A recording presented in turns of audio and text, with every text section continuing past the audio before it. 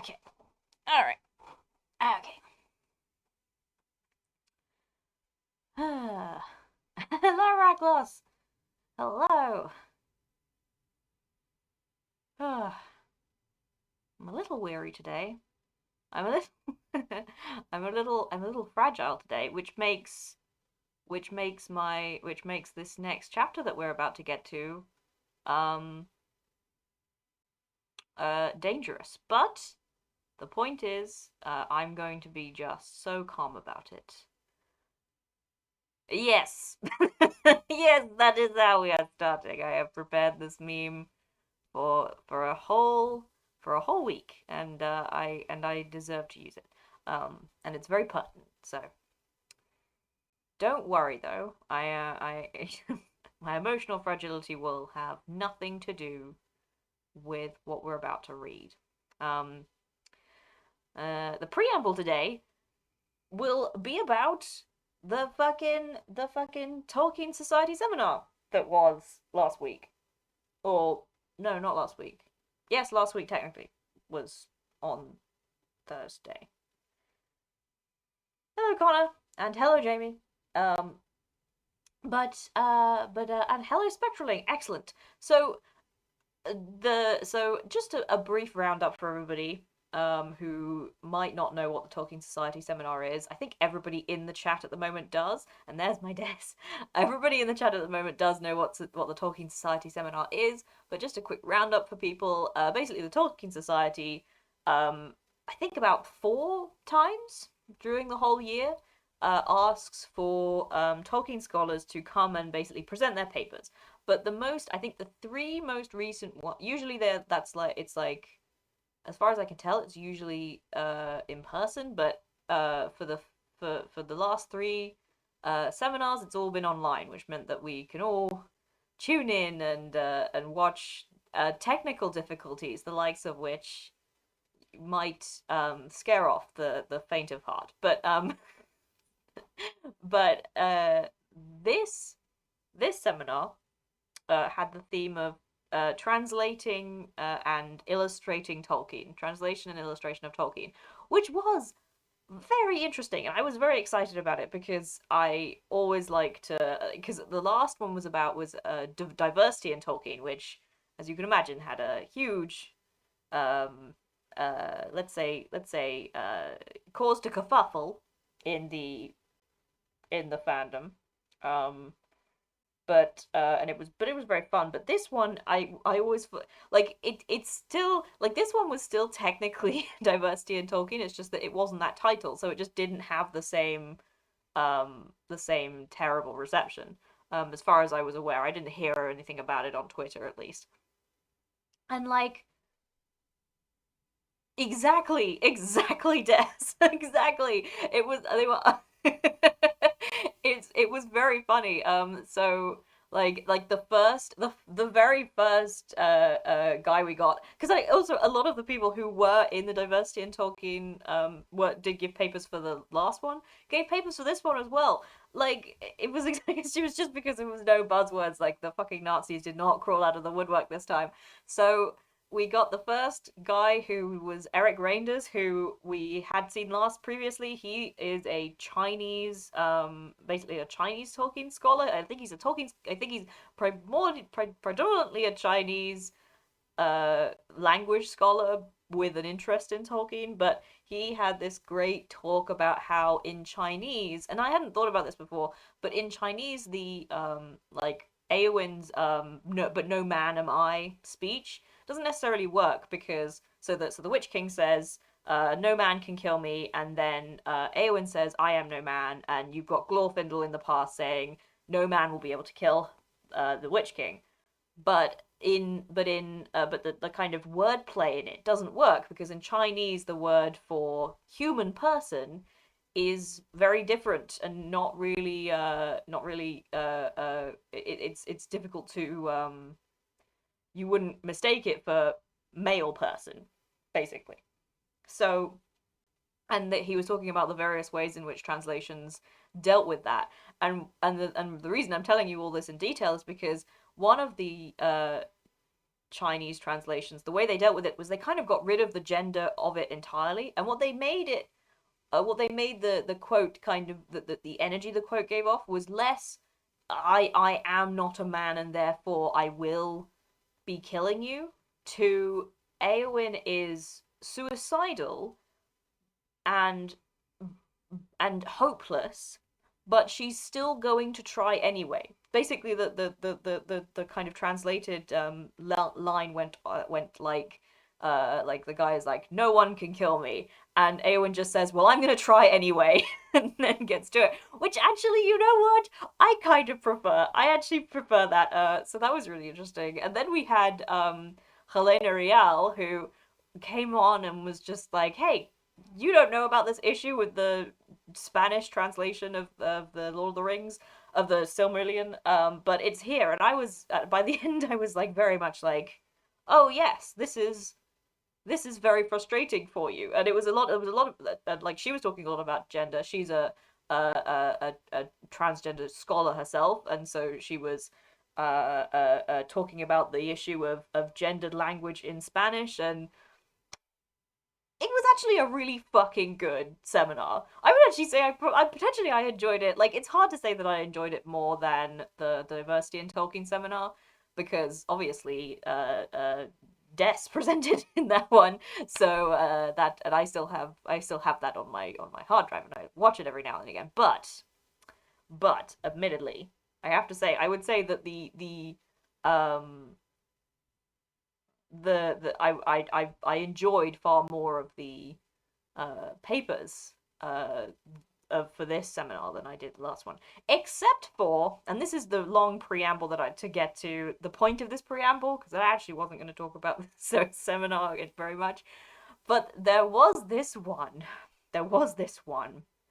by Wax and Wax, which is very funny, or Wax on Wax. I don't know how to pronounce their name, but it was this very uncomfortable father and son presentation where we had this like continuous we had this ever since the very first, like with Eric Reinders, the whole seminar had been translation is good, and translation and illustration that changes the original like English speaking meaning is good actually, and can, diversify and enhance the book for many readers afterwards, and is actually adding something and never taking anything away, and it's good, and illustration of Tolkien is great. We had fucking Joel come along, Joel Mariner, who literally is doing his PhD in the university that I went to,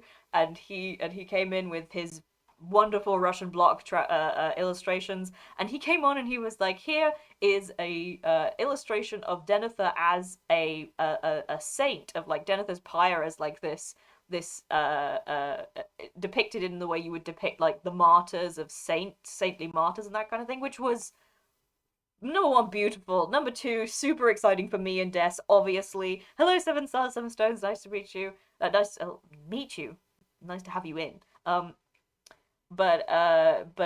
he went off, and we were both really delighted about that. And then Wax and Wax came on, and they had to do their little dig, because their whole presentation was basically, um, okay, actually, in actual fact, there is actually a right way to interpret Tolkien, and there is a right way to adapt Tolkien visually, which, number one, is not it wasn't what it was about, what the seminar was about. It was a very, very sneaky, like, slip in for them to add in this paper, which really didn't fit the fucking seminar theme, but also, of course, is going to aggravate me, because they literally came in like, by the way, there is a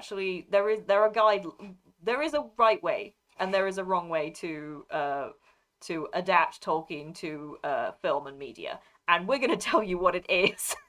They proceeded not to. they just proceeded to be very judgmental about a bunch of other like Tolkien adaptations, including one which is entirely meant for children, like a fully like a one like they were like this isn't serious enough. It totally takes away from the impactfulness of the moment of Boromir's death or whatever. And I'm sitting here, local Boromir lover, like no, have them pretend to throw bananas at Boromir for his death. Like that's fine. It's a fucking children's film. What is your beef? But anyway, they also decided that just before they had to start, they were like, of course we have to disagree with Joel Mariner and the portrayal of Denethor as a saint because and oh yes because of the it's important to maintain the moral integrity the moral integrity of the um line of the story of Tolkien as if as if there is a single definable and easily pointed moral of Tolkien. Ugh. Oof. Oof. Really, really got my butt. And actually, sorry. This was all going to be a segue.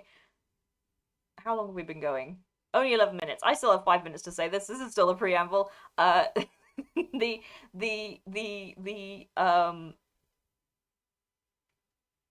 he was also very mad that Saint was a woman who was very mad. He he also had something to say about like his whole description of like oh you changed the moral of the story was actually to do with Faramir was the fact that they what did they say oh yes they blackened Faramir's character which number one loaded language number two is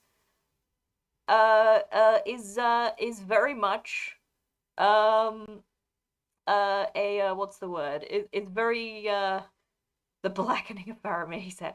Um yes, what if the people think Dennis is good? Can you imagine the terrible, terrifying.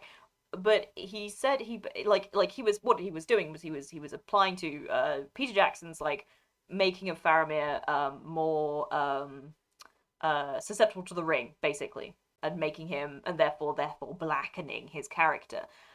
And but like that is so intensely subjective. Like basically what they're saying is they made Faramir a worse character, like a morally worse character, and therefore ruined some kind of moral message that I actually still was not sure what they were getting at.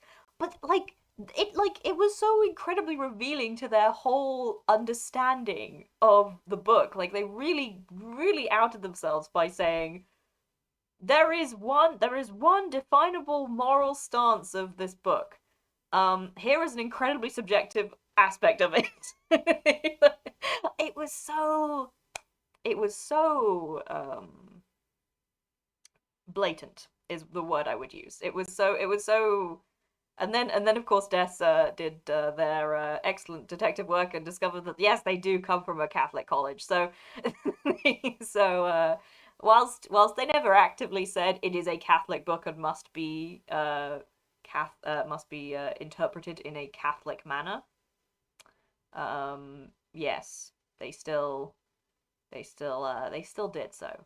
Um, but that was going to be my segue onto one of the other things I said to do with Faramir, which was that Faramir's letting of Frodo go um, was very heroic and risked his life. They said he risked his life, and I wanted to address that. In the film, Faramir is like there's like a whole bit where his captain or something comes to him and says, "If you let them go, your life will be forfeit." And then the camera zooms into him, and he's like so dramatic. It is like, "Then it is forfeit." And um, like like I lost my train of thought. Yes, so in the film it's like, oh, then it is forfeit. It's very dramatic. It's all like you're suddenly primed with this knowledge that, oh, is Faramir gonna get executed for doing this? Which I would actually argue is actually more towards their view of Faramir than what the book gives, which is Faramir himself coming out with it by himself, essentially saying, in the book, it is, the line is basically, let me try and think of this. It is basically, I will let you go, and if in doing this I endanger Gondor, then my life would be forfeit rightfully. Rightfully would I have to pay for doing that.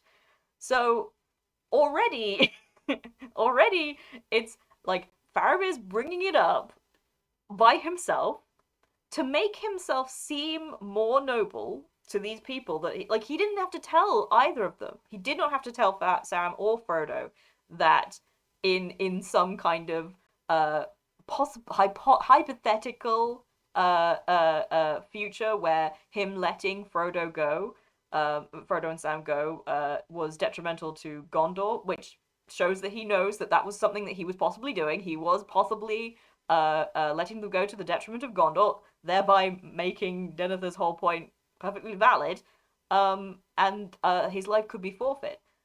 So and so you're still technically, you're still primed. Faramir has still said, "Oh, this might mean my death, maybe," or that's what you get from it. And then you know how, like, the bit we're about to read, where that's just like not even that's it's not even a thing. There's not even a hint of a suggestion that Denethor is going to take any extra action against Faramir other than telling him how worried and how he is pretty sure that this was a bad idea, and how he's angry at him for making it. Like, I keep coming back to it, but Faramir is Faramir.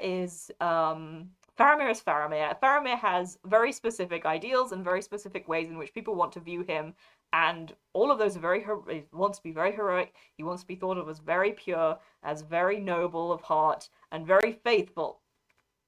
And he keeps pushing it. He keeps emphasizing it in himself. So I just found it very funny that actually the film version of Faramir is more towards Wax and Wax's version of Faramir than actually book Faramir is, in my opinion. But anyway, we've gotten to the end. We lost a follower through that. We lost a viewer through that ramble. I'm terribly sorry. We'll keep going now. We'll get in on it. We'll get into it. We'll get into it. And again, to reiterate, I am going to be so calm. This is going to be a very calm stream. I can't speak for Des, of course. I don't know. I, however, am going to be very calm. That is a promise. So, chapter 4 is called The Siege of Gondor. And that's fine. I don't know what kombucha is. I still don't know what that is. But I hope it helps, because anyway, it's called The Siege of Gondor. It is a very fine title for a chapter. We're gonna keep going. I can't. Okay.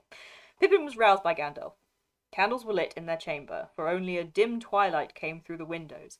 The air was heavy, as with approaching thunder. "What time is it?" said Pippin, yawning. "Past the second hour," said Gandalf. "Time to get up and make yourself presentable. You are summoned to the Lord of the City to learn your new duties." "And will he provide breakfast?" "No, I have provided it. All that you will get till noon. Food is now doled out by order." Pippin looked ruefully at the small loaf and, he thought, very inadequate pat of butter which was set out for him, beside a cup of thin milk. "Why did you bring me here?" he said. "You know quite well," said Gandalf, "to keep you out of mischief. And if you do not like being here, you can remember that you brought it on yourself." Pippin said no more. Before long he was walking with Gandalf once more down the cold corridor to the door of the Tower Hall. There Denethor sat, in a grey gloom, like an old patient spider. Ah, what a wonderful image. Specifically for Honeybee, who is not here, which is a shame. It is a good line from Pippin, because it's a good fucking question. Like, that's all. Just because. Never mind, we can't get into it just yet. Like an old patient spider. I know Tolkien's trying I'm delighted too. I know Tolkien's trying to make him look more evil, but it just endears me more. Sorry, Tolkien. Also, again, as Des, I don't know if Des has said this, but one of the things about Denethor that is like gender fun is that Denethor is regularly is both kind of relates more to the female characters, the bare female characters we have, and also is spiders are only female in in Tolkien, and he's now being related to a spider, so it's you know for me, it's for me and Des, but I'm really calm about it. Like an old patient spider, Pippin thought. He did not seem to have moved since the day before. He beckoned Gandalf to a seat, but Pippin was left for a while standing unheeded. Presently the old man turned to him. Well, Master Peregrine, I hope that you used yesterday to your profit and to your liking, though I fear that the board is barer in this city than you could have wished. Pippin had an uncomfortable feeling that most of what he had said or done was somehow known to the lord of the city, and much was guessed of what he thought as well. He did not answer. What would you do in my service?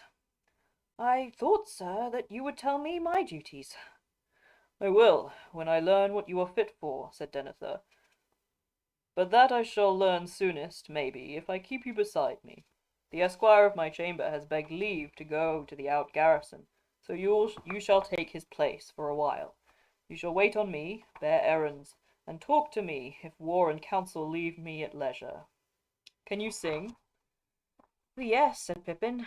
Well, yes, well enough for my own people, but we have no songs fit for great halls and evil times, lord. We seldom sing of anything more terrible than wind or rain, and most of my songs are about things that make us laugh, or about food and drink, of course. And why should such songs be unfit for my halls, or such hours as these?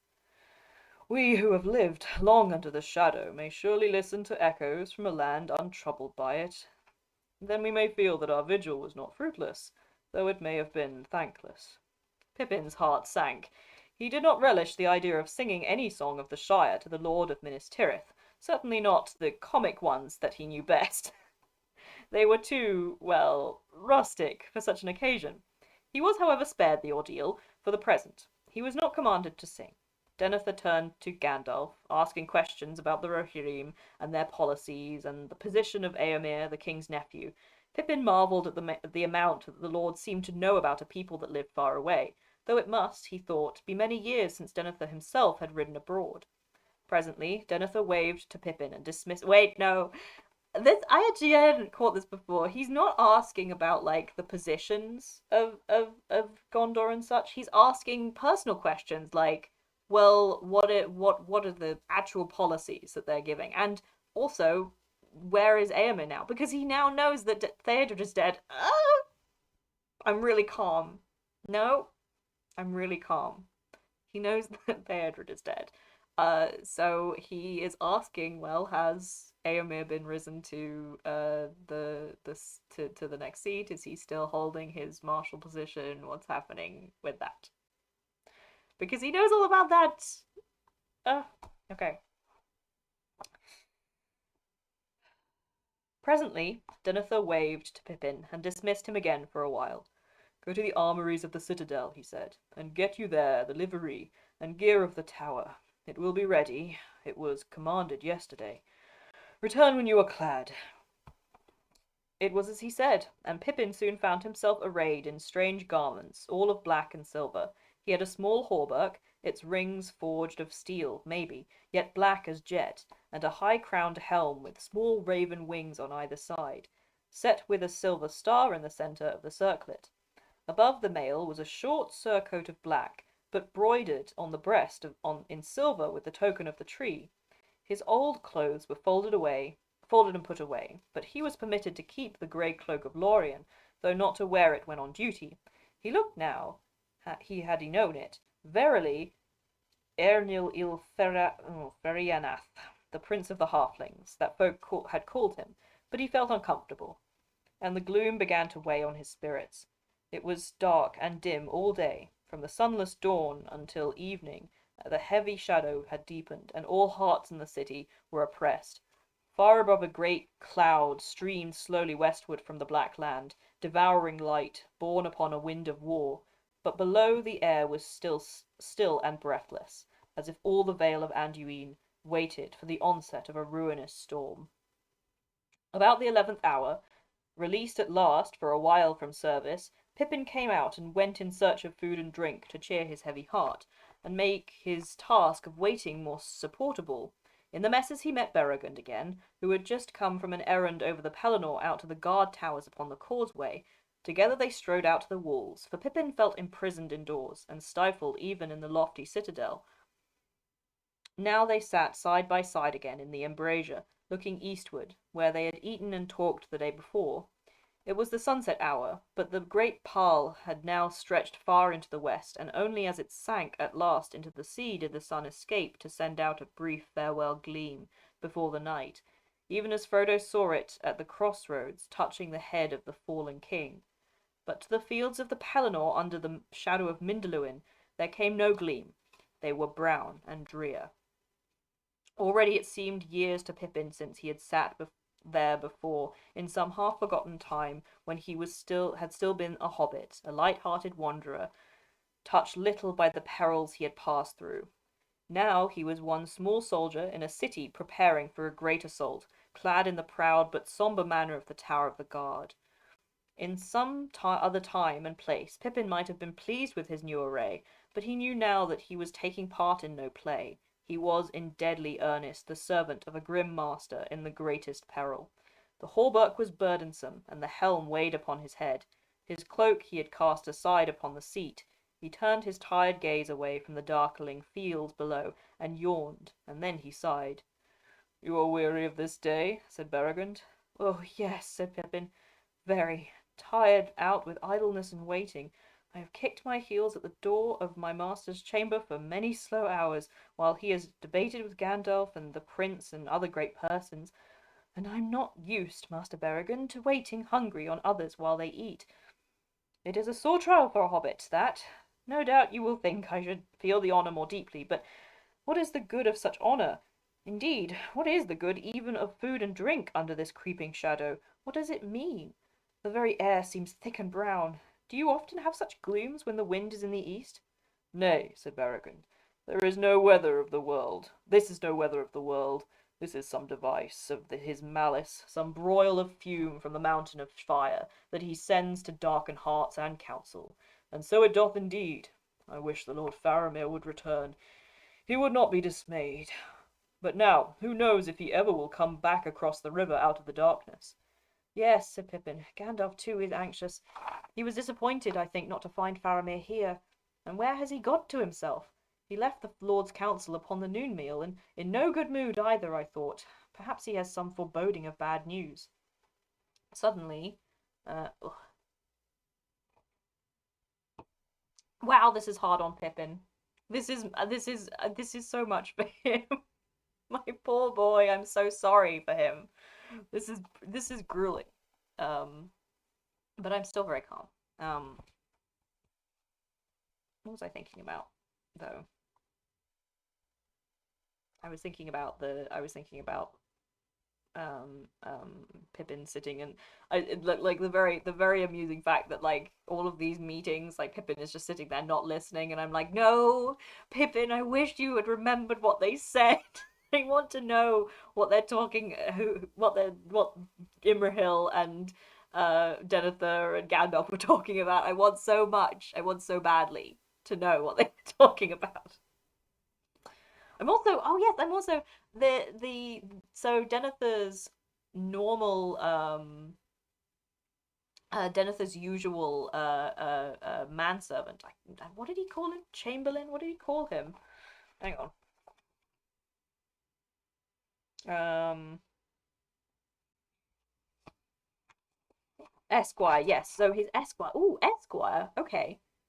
Esquire of his chamber. Yes. So his usual Esquire requested to go out to the wall, like there's a whole story in that. Like he's requested to, because that's not leave. He isn't requesting to leave the city. He requested to go out to the wall as if to defend it, which is like such a thing. That's like so much.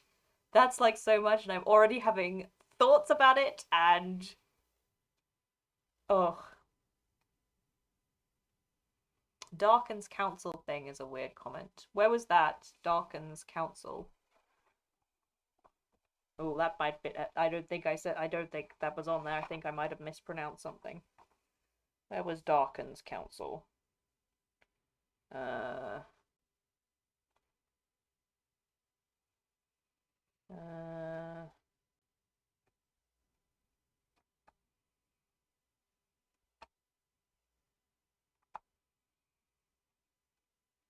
Oh, okay. The air.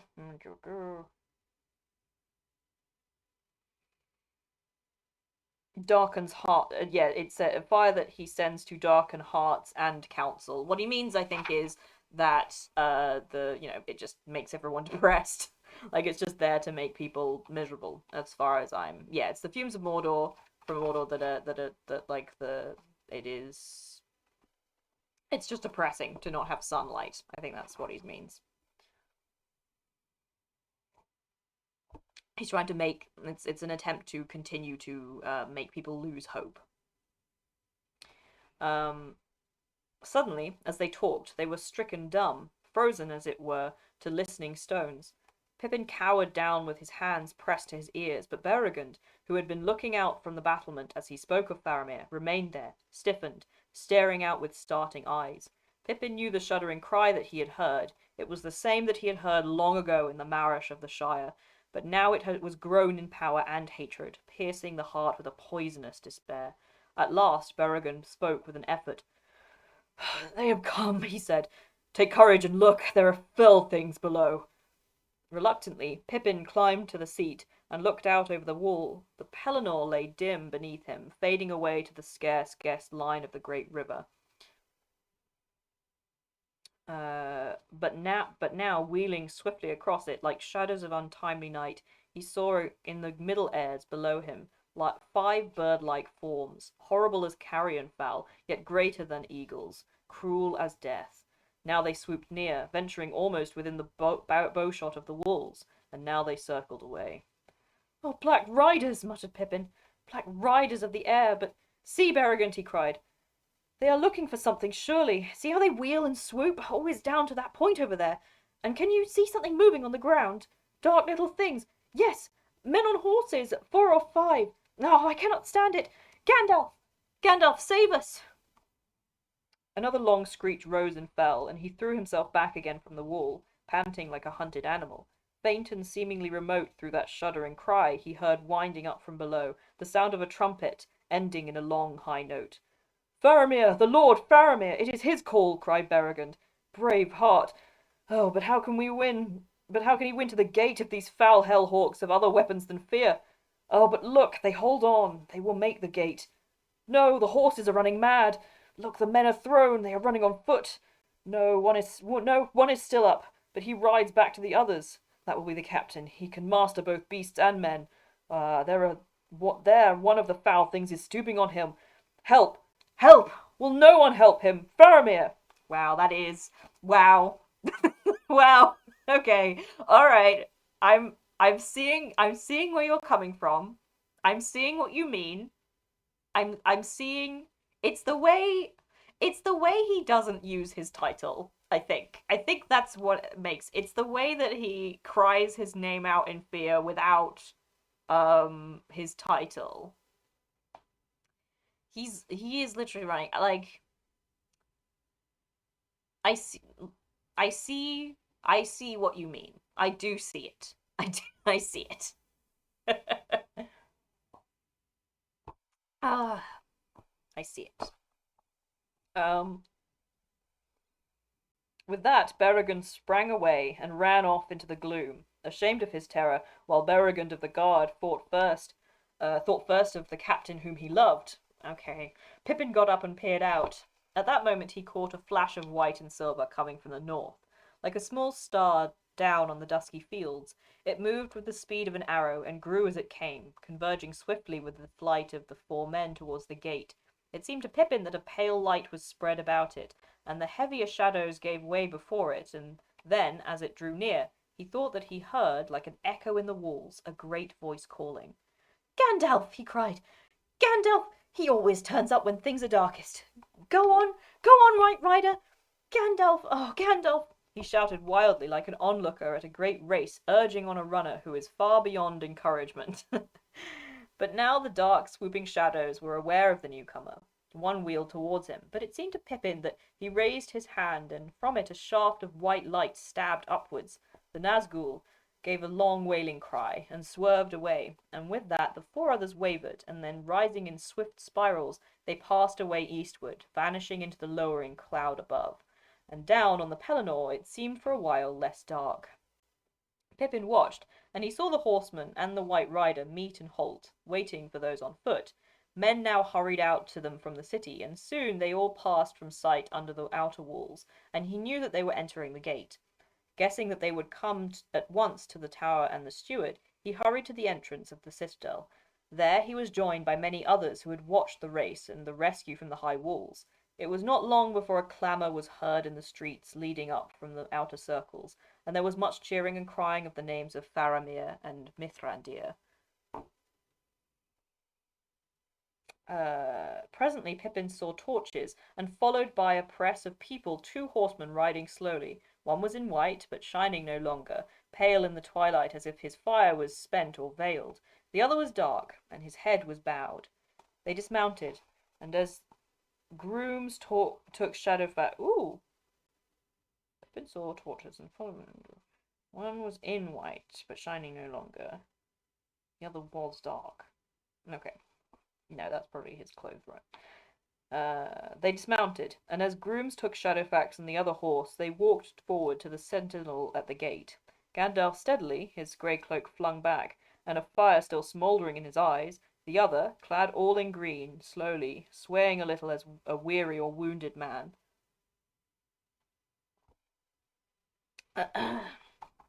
Pippin pressed forward as they passed under the lamp beneath the gate arch, and when he saw the pale face of Faramir, he caught his breath. It was the face of one who has been assailed by a great fear or anguish, but has mastered it, and now is quiet. Proud and grave he stood for a moment as he spoke to the guard.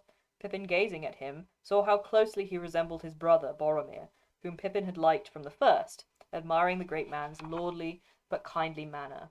Yet suddenly, for Faramir, his heart was strangely moved, with a feeling that he had not known before. Here was one with an air of high nobility, such as Aragorn at times revealed, less high perhaps, yet also less incalculable and remote, one of the kings of men born into a later time, but touched with the wisdom and sadness of the elder race. He knew now why Beregond spoke his name with love. He was a captain that men would follow, that he would follow, even under the shadow of the Black Wings. Oh God, it's almost unbearable.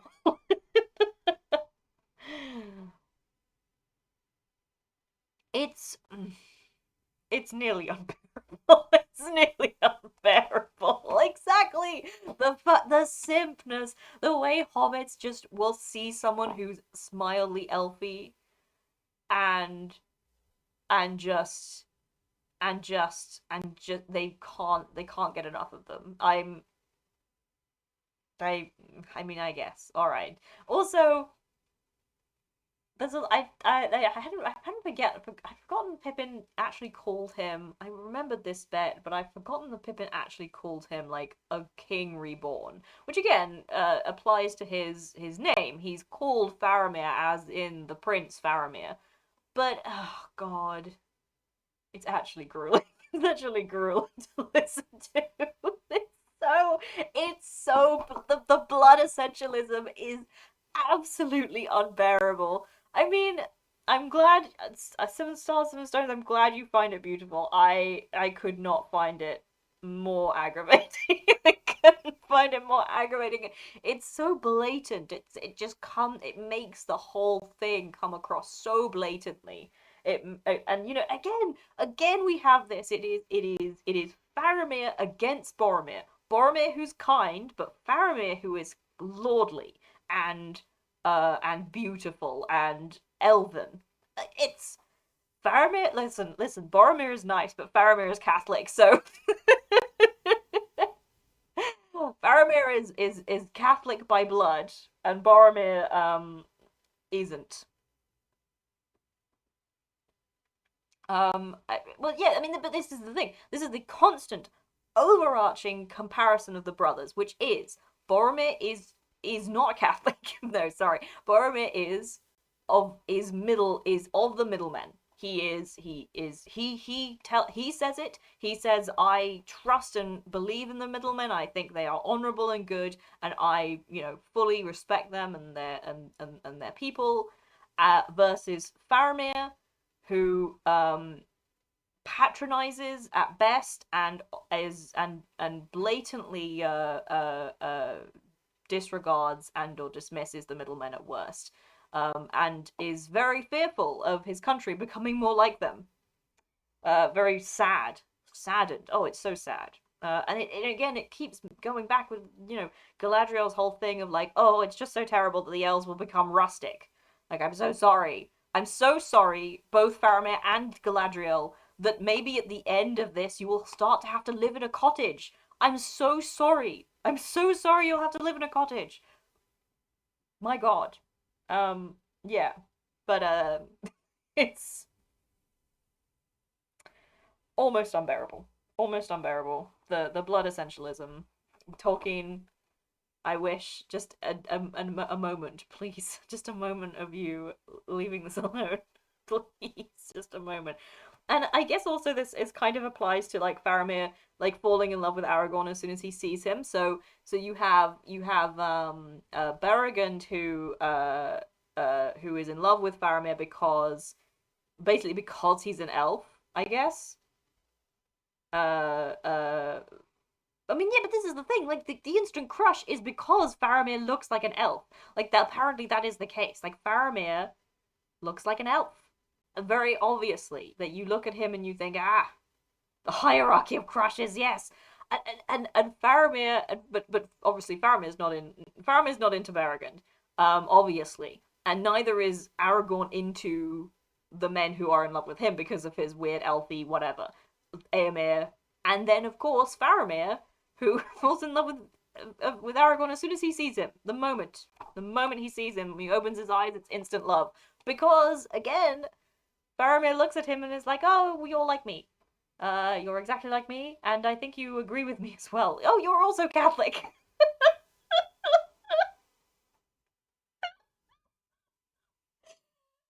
Oh my god, it's just so funny.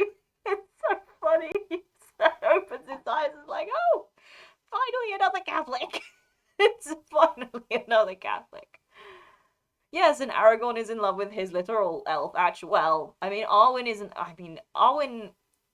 This is the thing. I'd always kind of, in my impression, I'd always had it that Arwen is treated as an elf as well as Elrond is treated as an elf. But actually, in the book, elves actually explicitly divide themselves from Elrond, despite the fact that he's a lord or whatever. They do. They really do divide themselves from Elrond. Elrond is never described as an elf, and neither is Arwen.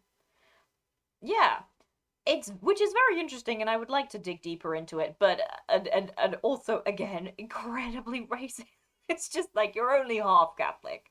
You're only half Catholic, and that is unacceptable. But yeah, like the Aragorn. It is a hierarchy of crushes. It's actually incredibly funny.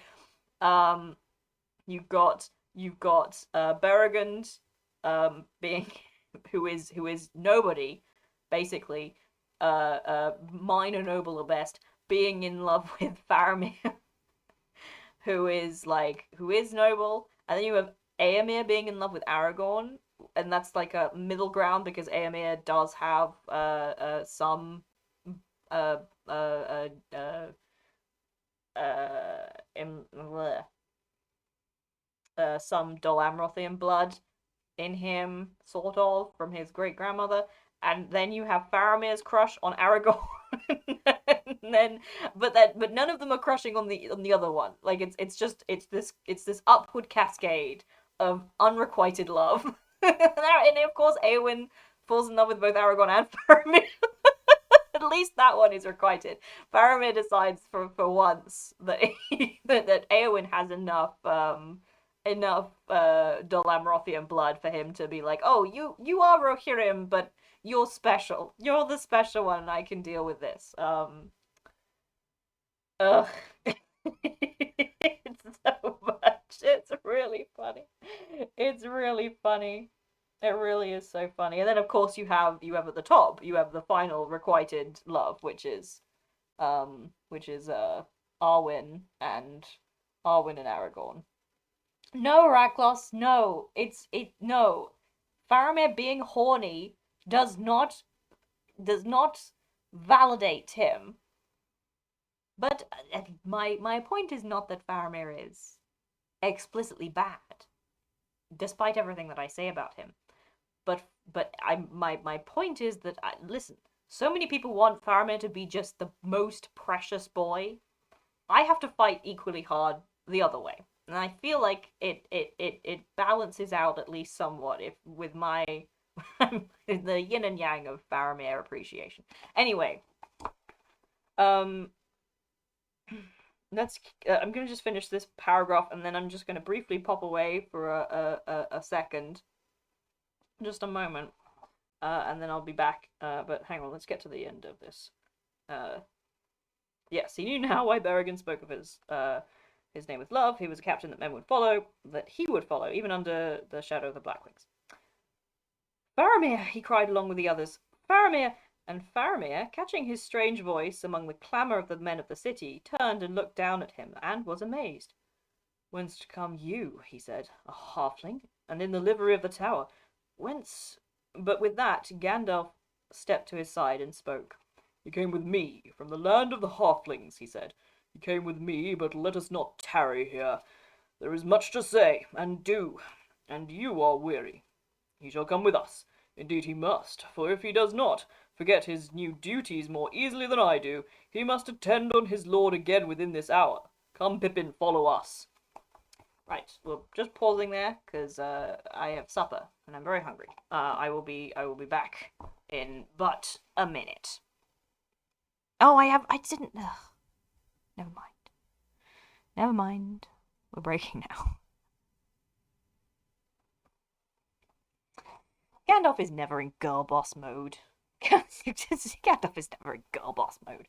Gandalf is in gatekeep at best. Gandalf gets to gatekeep at best and gaslight at worst. Ugh.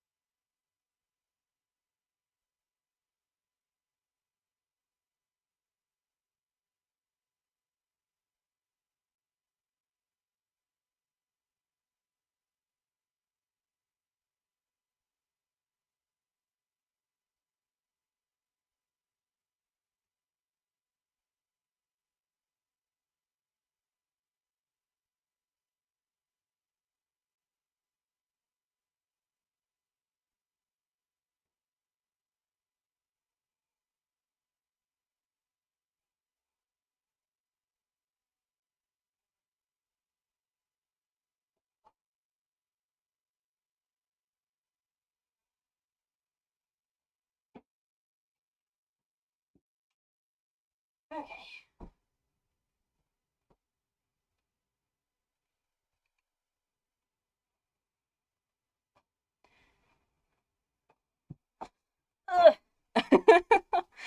Oh, that is a good point, Raklos. That is a very good point. I do feel like he is forbidden to do that. Yeah, Faramir's allowed. Faramir's Faramir's allowed. Uh, well, Faramir is charmed and or blessed. So I guess it's fine when Faramir does it.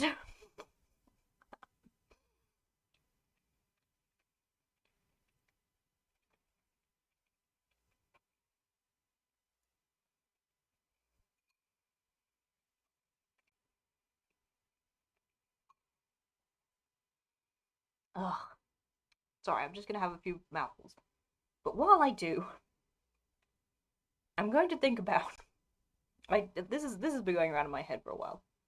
I just find it so.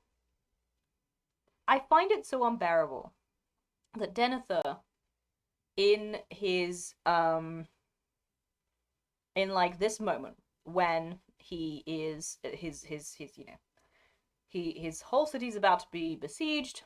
Realistically speaking, they're about to lose this war, and he's sent one of his sons off.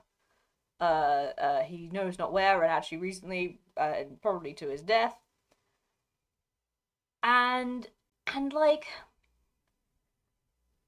then they find and there's Faramir, and he's at home saying things like, you know, Boromir's,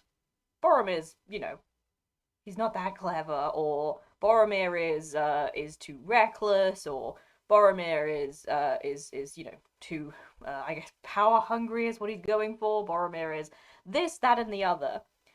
I just find it so frustrating that Denethor is not allowed to be somewhat defensive of Boromir's memory now that he's dead. To Faramir, who they've known he is dead for like what 3 days. To Faramir, who is actively like in front of guests saying and completely agreeing with, "We'll get there. We will get there." I just keep thinking about it. Like, is Denethor not allowed to be angry at Faramir? Is Denethor not allowed to be angry that Faramir is like this and has so little apparent care for his now dead brother? Ugh. Especially when Boromir was the the son who was trying to help his father, and Faramir seems to be actively hiding things from him and working against him and working with somebody who Denethor has long ago but decided is not helpful to him.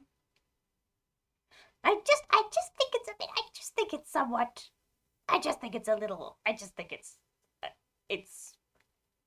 um. It just aggravates me. But I'm still calm. Of course, I'm still very calm. Still very calm. Let's keep going. Uh, so at length they came to the private chamber of the lord of the city. There deep seats were set about a brazier of charcoal, and wine was brought, and there Pippin, hardly noticed, stood behind the chair of Denethor, and felt his weariness little, so eagerly did he listen to all that was said. Well, thank God. Of course, Pippin now has a crush, so now he's listening. Oh, now he's listening. Is that so? I'm interested. Wait, I'm also interested. Legolas, this is so fucking complex, and I just hate talking so much. I hate this old man so much. I, Imrahil. I know, could you imagine? But I mean, this is literally the reason he's listening is because now he has a crush on one of the men in here, which is crazy. But but why doesn't he have a crush on Imrahil in that case? Because even Legolas is like, oh yeah, he has elven ancestry. Is it? I mean, I guess it's different. I guess this is different. There's a difference between you look like an elf and you look like a king of Gondor. And exactly, yes. Like, and that's my assumption is My assumption is that what I've said is true, is that it is a difference of Faramir being looking like a king and being kingly, and Imrahil looks like an elf but not necessarily lordly, which apparently are two different things. Which I guess makes sense. Imrahil is just beautiful, not masterful or something, whatever that means visually. Um, but that actually makes me even more angry.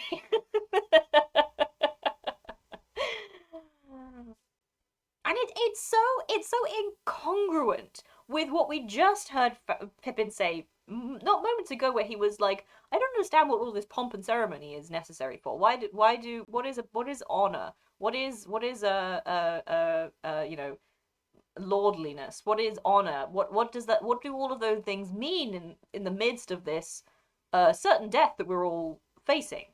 Hello, Kaz. Welcome in. You literally arrived just in time to hear the discussion between Faramir and Denethor and Gandalf and Pippin, which I reiterate, I'm going to be so calm about. Glad to have you in.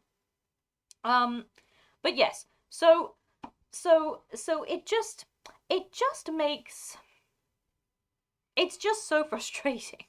It's just so frustrating that we have to uh uh uh uh well, I mean, the thing is, Kaz, you did miss us talking about a lot of other stuff. So maybe you are late this time. Sorry, I didn't mean that. I just wanted to block off the Gandalf quote in time. No, what was I talking about? Yes. So Pippin is now listening because um uh uh uh he is in love with Faramir, because Faramir is kingly. Not quite as kingly as Aragorn, but whatever. But again, yes, that was the point I wanted to make. Pippin, not moments ago, also said, "What is the point of honor, and what is the point of lordliness in the face of our death? What is the point of all this pomp and ceremony in the face of death?" Because he'd been waiting on Denethor this whole time. How does that how do you marry that with then Pippin essentially immediately falling in love with somebody who, just because they're kingly? Like, that's literally why. He looks at Faramir and is like, "That man looks like a king. I'm now in love with him." And I get why Beregond is in love with him as well. And now he listens. What is Tolkien trying to say? Wax and wax, wax and wax. You come over here and you explain to me. You explain to me what he's trying to say. Well, the thing is that Pippin Aragorn smells. Welcome in, Kaz. Aragorn doesn't show. Aragorn doesn't show the fact that he's kingly. Aragorn doesn't show it. He sometimes shows it, but he doesn't show it enough for Pippin to fall in love with him. Whereas Faramir doesn't try to hide it, basically. Yes, I think Tolkien just had really regular first impressions of men he met. Oh, we can't go down that rabbit hole, because it marries very easily along the line of, if I could just spend 13 hours alone in a room with Tolkien, I feel like he'd come out of it with very different opinions. I feel like and this is false. This is a false belief of mine. It's not true, but I can't get it out of my head. I can't get it out of my head. But anyway, so yes, um, we have to keep going. We're getting there now. We're getting to the bit that I'm going to be calm about, of course. Oh, there's more fucking food and stuff. So eagerly did he listen to all that was said. When Faramir had taken white bread and drunk a draught of wine, he sat upon a low chair at his father's left hand. Removed a little from the other side sat Gandalf, in a chair of carven wood, and he seemed at first to be asleep. For at the beginning Faramir spoke only of the errand upon which he had been sent out 10 days before, and he brought tidings of Ithilien, and of the movements of the enemy and his allies. Then he told of the fight on the road when the men of Harad and their great beast were overthrown, a captain reporting to his master such matters as had often been heard before, a small thing of border war, that now seemed useless and petty, shorn of their renown. Then suddenly Faramir looked at Pippin. "But now we are come to strange matters," he said, "for this is not the first halfling that I have seen walking out of the northern lands into the southlands." At that Gandalf sat up and gripped the arms of his chair, but he said nothing, and with a look stopped the exclamation of Pippin's lips.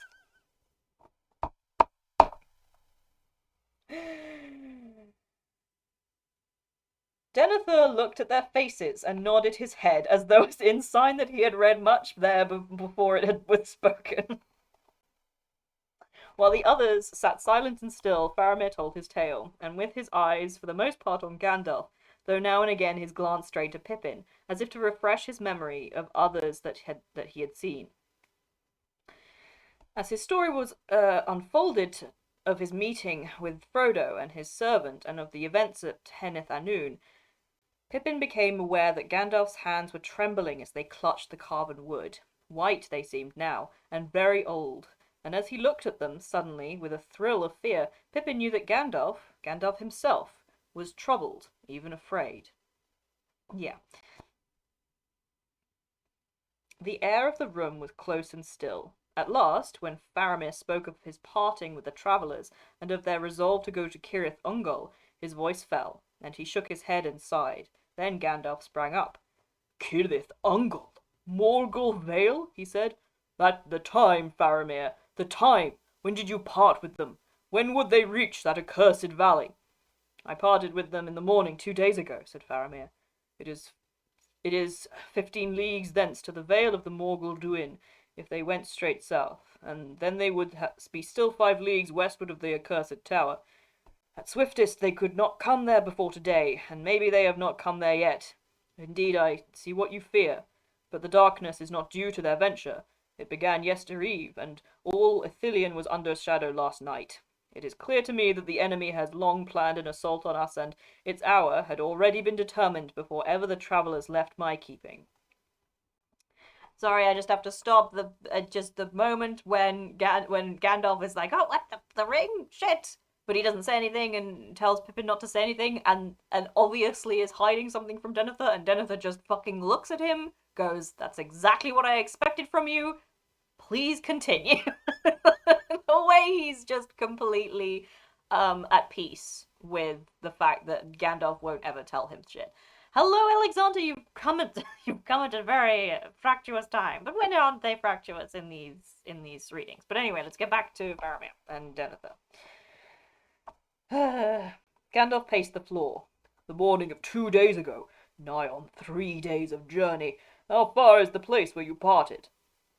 "Some 25 leagues as the bird flies," answered Faramir.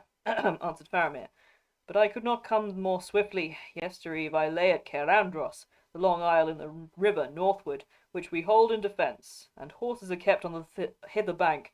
As the dark drew on, I knew that haste was needed, so I rode thence with 3 others that could also be horsed. The rest of my company I sent south to strengthen the garrison at the fords of Osgiliath.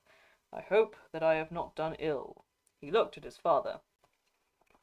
"Ill, ill," cried Denethor, and his eyes flashed suddenly. "Why do you ask? The men were under your command, or do you ask for my judgment on all your deeds? Your bearing is lowly in my presence, yet it is long now since you turned from your own way at my counsel. See, you have spoken skilfully as ever, but have I not seen your eye fixed on Mithrandir, seeking whether you said well or too much? He has long had your heart in his keeping. My son, your father is old, but not yet dotard. I can see and hear as was my wont, and little of what you have half said or left unsaid is now hidden from me. I know the answer to many riddles. Alas, alas for Boromir." "If what I have done displeases you, my father," said Faramir quietly, "I wish I had known your counsel before the burden of so weighty a judgment was thrust on me." "Would that have availed to change your judgment?" said Denethor. "You would still have done so, I deem. I know you well. Ever your desire is to appear lordly and generous as a king of old, gracious, gentle, and that may well befit one of high race if he sits in power and peace. but in desperate times gentleness may be repaid with death." "So be it," said Faramir. "So be it," cried Denethor. "But not with your death only, Lord Faramir, with the death also of your father and of all your people, whom it is your part to protect now that Boromir is gone." "Do you wish, then," said Faramir, "that our places had been exchanged?" "Yes, I wish that indeed," said Denethor, "for Boromir was loyal to me, and no wizard's pupil. He would have remembered his father's need, and would not have squandered what fortune gave. He would have brought me a mighty gift." For a moment Faramir's restraint gave way. "I would ask you, my father, to remember why it was that I, not he, was in Ithilien. On one occasion at least your counsel has prevailed, not long ago. It was the lord of the city that gave the errand to him." "Stir not the bitterness in the cup that I mix for myself," said Denethor. "Have I not tasted it many nights upon my tongue, foreboding that worse yet lay in the dregs? And now indeed I find. Would it were not so. Would that this thing had come to me." "Comfort yourself," said Gandalf. "In no case would Boromir have brought it to you. He is dead, and died well. May he sleep in peace. Yet you deceive yourself. He would have stretched out his hand to this thing, and taking it, he would have fallen. He would have kept it for his own, and when he returned to you, you would not have known your son." The face of Denethor set hard and cold. "You found Boromir less apt to your hand, did you not?" he said softly. "But I, who was his father, say that he would have brought it to me. You are wise, maybe, Mithrandir, yet with all your subtleties you have not all wisdom. Counsels may be found that are neither the webs of wizards nor the haste of fools. I have in this matter more lore and wisdom than you deem." "What, then, is your wisdom?" said Gandalf. "Enough to perceive that there are two follies to avoid. To use this thing is perilous. At this hour, to send it into the hands of a witless halfling, into the land of the enemy himself, as you have done, and this son of mine, that is madness." "And the Lord Denethor, what would he have done?" "Neither. But most surely not would for any argument would he have set this thing at a hazard beyond all but a fool's hope, risking our utter ruin, if the enemy should recover what he lost. Nay, it should have been kept, hidden dark and deep, not used, I say, unless at the uttermost end of need, but set beyond his grasp, save by a victory so final that what then befell would not trouble us, being dead." "You think, as is your wont, my lord, of Gondor only," said Gandalf. "Yet there are other men and other lives, and time still to be, and for me I pity even his slaves." "And where will other men look for help if Gondor falls?" answered Denethor. "If I had this thing now in the deep vaults of this city, we should not then shake with dread under this gloom, fearing the worst, and our counsels would be undisturbed. If you do not trust me to endure the test, you do not know me yet." "Nonetheless, I do not trust you," said Gandalf. "Had I done so, I could have set this thing hither to your keeping and spared myself and others much anguish. And now, hearing you speak, I trust you less, no more than Boromir. Nay, stay your wrath.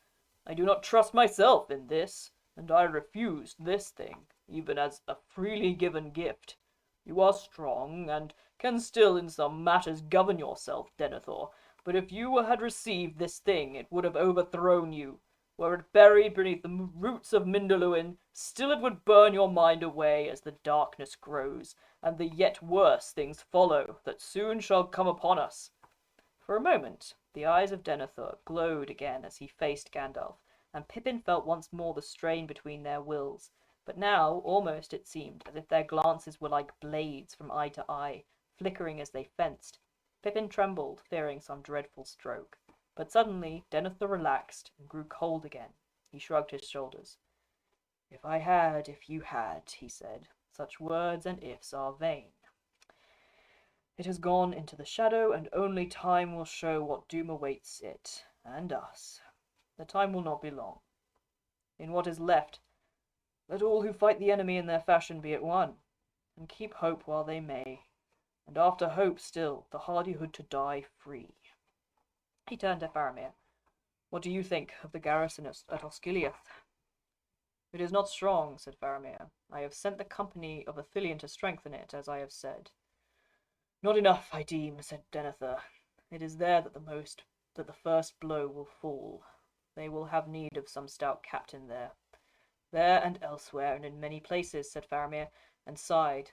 Alas for my brother, whom I too loved. He rose. May I have your leave, father? And then he swayed and leaned upon his father's chair. You are weary, I see, said Denethor. You have ridden fast and far, and under shadows of evil in the air, I am told. Let us not speak of that, said Faramir. Then we will not, said Denethor. Go now, and rest as you may. Tomorrow's need will be sterner.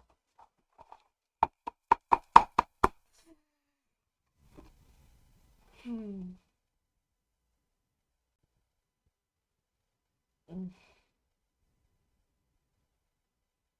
I'm fine. I'm so calm. What have you been saying? I had to get through it. I had to get through it all. I had to get through it all. I would not have managed it. Ugh.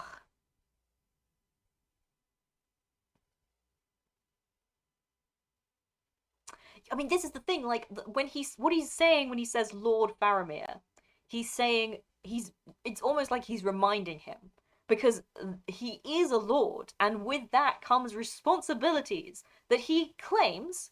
Faramir claims these responsibilities. He says, "I am a lord, therefore I do claim this responsibility," which is keeping everybody safe and trying. And just as Faramir said before, we were. This is literally the beginning of the thing we were talking about. Faramir himself says that if giving up the ring had in fact brought danger, more danger and death to Gondor, it would have rightfully been on his head. His life would have been forfeit. He says it happily. He says, yes, that would be my fault. So he accepts that this is something that he is doing for of all, he is completely confident in it. So Denethor is right. He is lying, essentially, or emotionally lying. He is not as unsure as he pretends to be in front of his father, and they're just arguing, bro. They're just arguing. So the point when Denethor is saying Lord Faramir, the emphasis is because you are a lord. This is your job. You have to be doing this. You are a captain. You are a lord. This is and you still claim that. So this is your job. Ah. So yes, it is. Yes, a dose of a larger perspective is exactly what it's trying to be. Yeah. It even that yes, but he's. I mean, I suppose it might be somewhat sarcastic. I mean, Denethor does have this kind of sarcastic way of talking. He's very, very dry. His humor is very dry. He's often quite funny, which I obviously love. Yes, but he's trying to remind Faramir these. The way me and Des have just been saying exactly the same things. I should have read further. His actions have wider consequences. Yeah, Pippin was worried. I we cannot think of the drafts yet. We cannot think of Denethor's taking it back. We cannot think of Denethor's. No, I'm sorry. Ah. And like the way that I mean, let's briefly talk about the drafts. We won't think about it too much, but the way the drafts are obviously a Denethor that is much more sympathetic, that is much more open and much more emotionally available, and like this is what I do as well with characters, and especially characters that are reticent. I write out what they want to say, and then I have to take back bits of it as I go because those are just things they wouldn't say, even if they're feeling them, even if they want to. You have to pull. It's the way I write Boromir. It's like fully the way I write Boromir. I write out what he would want to say, like emotionally in this situation, and then I just remove anything that is too open and too sharp and too either self-congratulating or self flagellating. Like you just have to remove all of it, but you start with what he wants to say. So So the thing that Denethor wanted to say there, he didn't want to have this. He doesn't want to fight with Faramir. Like what? He doesn't want to fight with him. He doesn't want to do this, and that is especially understand. Like that's why you get that ending, that very tender ending of just he literally like gets rid of the argument. Okay, we can't argue like this, says Denethor. He says, no, we can't, he can't, he can't keep arguing like this, despite the fact that he's just, it's hard for him because he views it as Faramir and Gandalf have conspired with each other to effectively make his job impossible, to effectively make his job of protecting his people impossible.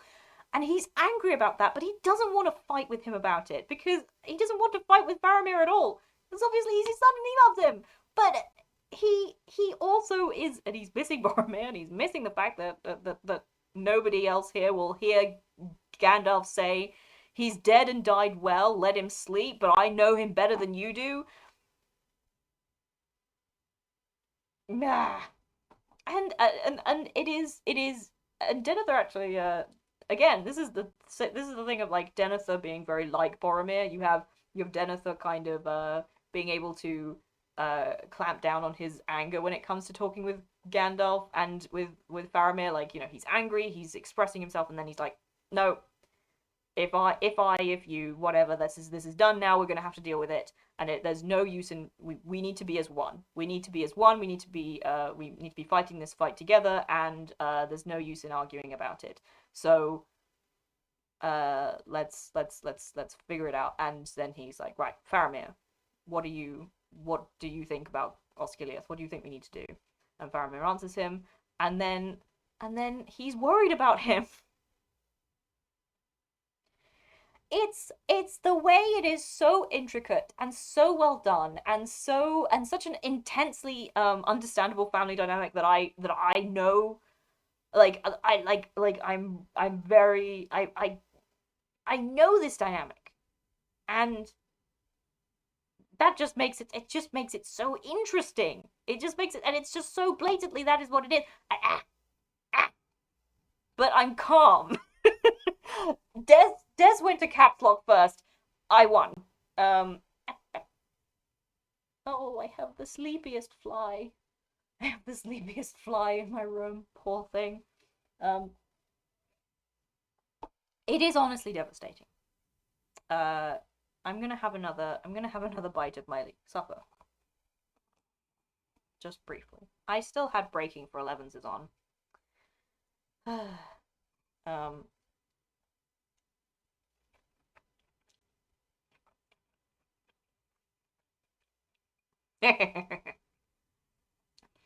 Well, I ever said it would be fair.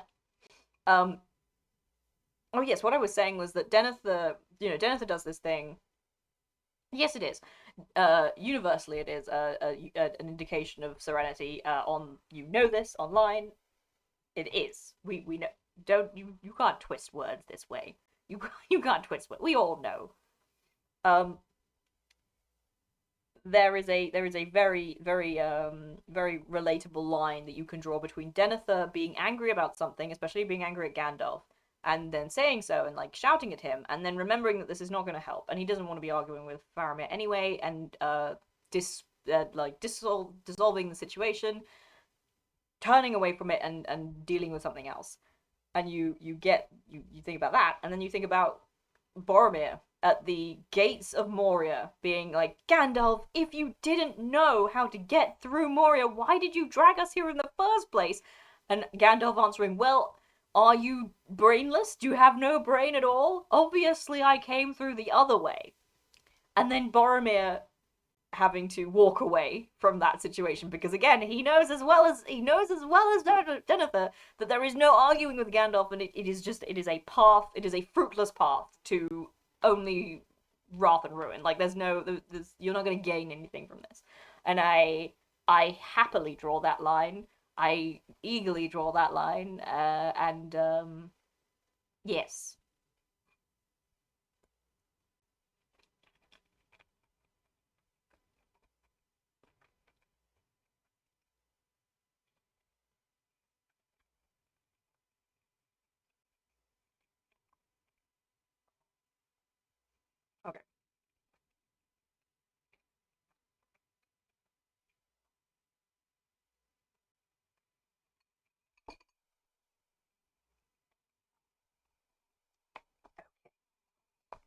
Okay, where are we?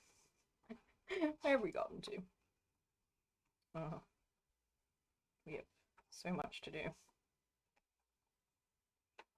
Oh no, we're not gonna get through this whole chapter today. We're not gonna get through this whole chapter today. But we will we'll keep going. Um all now took leave of the lord of the city, and went to rest while they could.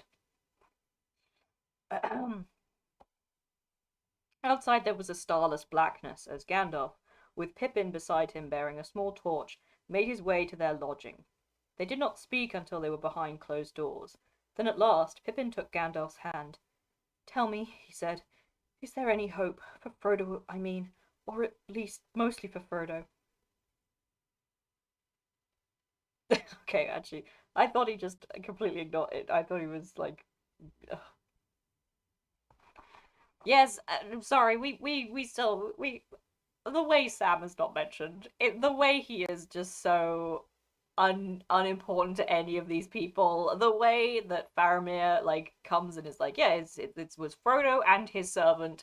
The way that even Gandalf is like, yeah, it's right. Even Pippin is like, what about Frodo? I, I, but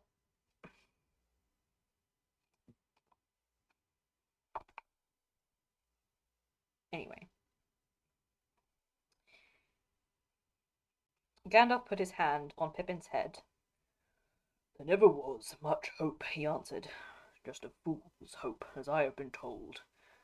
And then, when I heard of Cirith Ungol—" He broke off, and strode to the window, as if his eyes could pierce the night in the east. "Cirith Ungol," he muttered. "Why that way, I wonder?" He turned. "Just now, Pippin, my heart almost failed me, hearing that name. And yet in truth I believe that the news that Faramir brings has some hope in it, for it seems clear that our enemy has opened his war at last, and made the first move while Frodo was still free. For now, for many days, he will have his eye turned this way and that, away from his own land. And yet, Pippin, I feel from afar his haste and fear. He has begun sooner than he would. Something has happened to stir him." Gandalf stood for a moment in thought. "Maybe," he muttered, "maybe even your foolishness helped, my lad. Let me see. Some 5 days ago now he would discover that we had thrown down Saruman and taken the stone. Still, what of it? We could not use it to much purpose, or without his knowing. Ah, I wonder. Aragorn? His time draws near, and he is strong and stern underneath, Pippin. Bold, determined, able to take his own counsel and dare great risks at need. That may be it. He may have used the stone and shown himself to the enemy, challenging him for this very purpose. I wonder. Well, we shall not know the answer till the riders of Rohan come, if they do not come too late. There are evil days ahead. To sleep while we may." "But," said Pippin. "But what?" said Gandalf. "Only one but will I allow tonight." "Gollum," said Pippin. "How on earth could they be going about with him, even following him? And I could see that Faramir did not like the place he was taking them to any more than you do. What is wrong?" "I cannot answer that now," said Gandalf. "Yet my heart guessed that Frodo and Gollum would meet before the end. Too good for our or for evil. Sorry, for good or for evil. But of Cirith Ungol I will not speak tonight. Treachery. Treachery, I fear. Treachery of that miserable creature. But so it must be. Let us remember that a traitor may betray himself, and do good that he does not intend. It can be so, sometimes. Good night." the way the way Gandalf is just like, "No, I won't tell you shit. I'm not gonna tell you fucking shit about Fred. I'm not gonna answer your questions about this person you care about." Good night. Good night, he says. I don't know what Ragnos was referring to when he said "because he is," but I assume it's because uh, uh, Faramir is terrible. Let's go with that.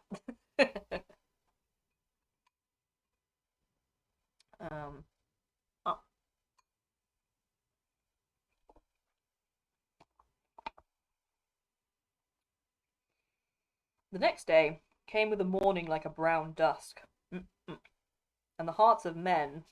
Oh. Yes, no, I know. I know it's less that like they. I know that my point was not that they were treating him as a servant. They were treating him. They weren't really talking about him at all. Is my issue. They're just even Pippin is like not worried about Sam. That that Sam might also be like he says, is Frodo gonna be all right? End of sentence.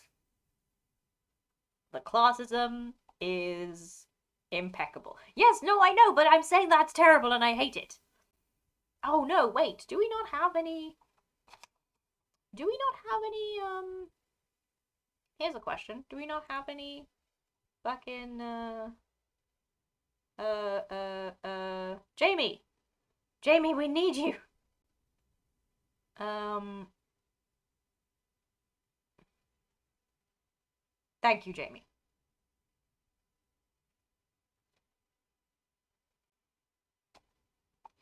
Take your time.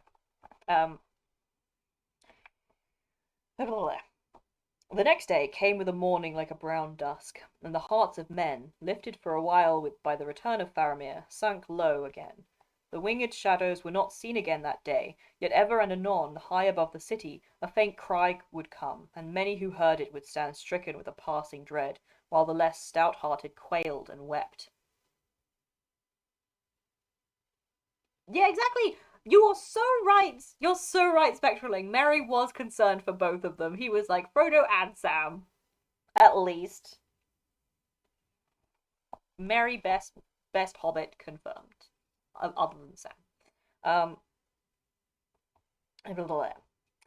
faint cry would come, and many who heard it would stand stricken with a passing dread, while the less stout-hearted quailed and wept.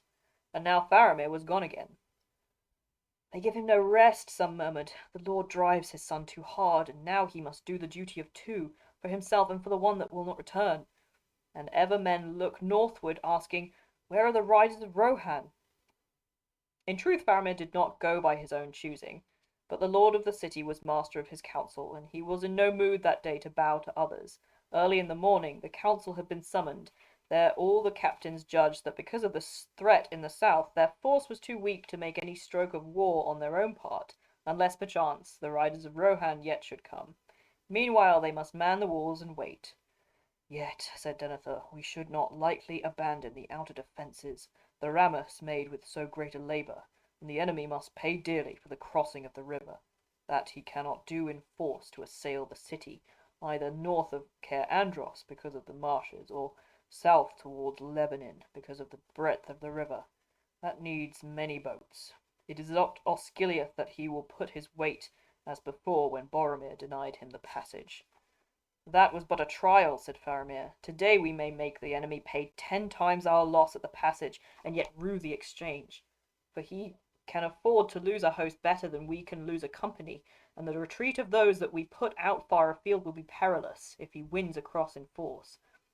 And what of Caer Andros, said the prince? That too must be held if Osgiliath is defended.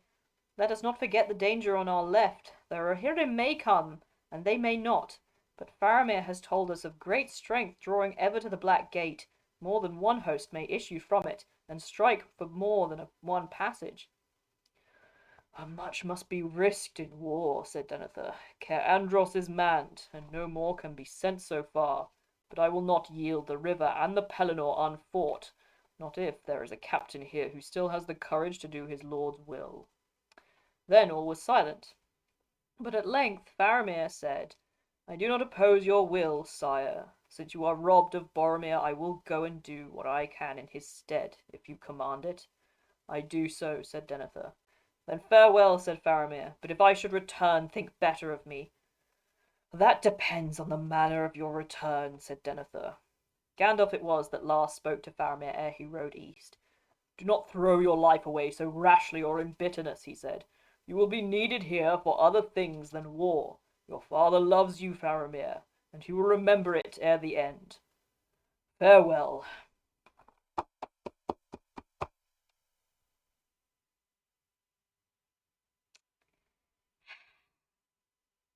Do I even want to do it?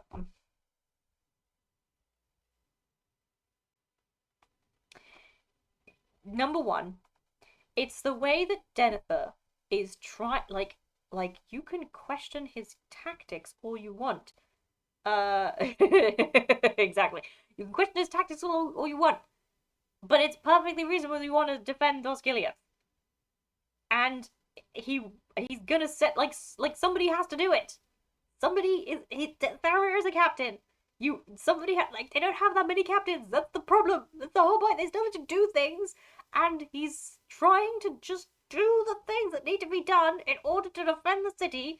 And then Faramir has to make it about he has to make it about them. He has to make it about he has to make it like a thing that Denethor is doing because he is evil or because he is heartless or because he liked Faramir is the one pushing that idea, and Denethor's just trying to do something, and then of course Denethor has to reply to that.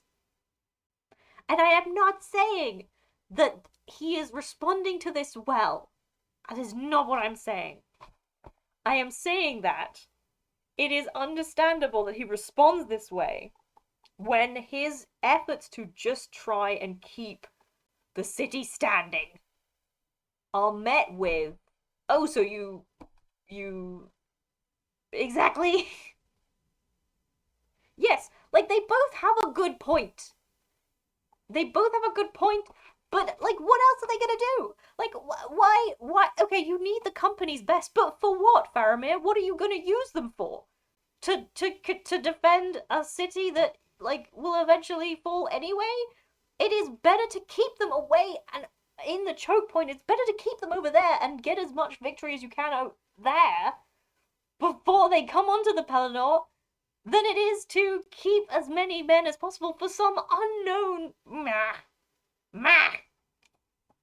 It is an understandable. It is understandable. It is the less listen.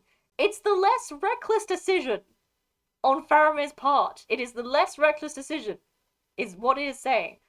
But the reckless decision was the one that won last time.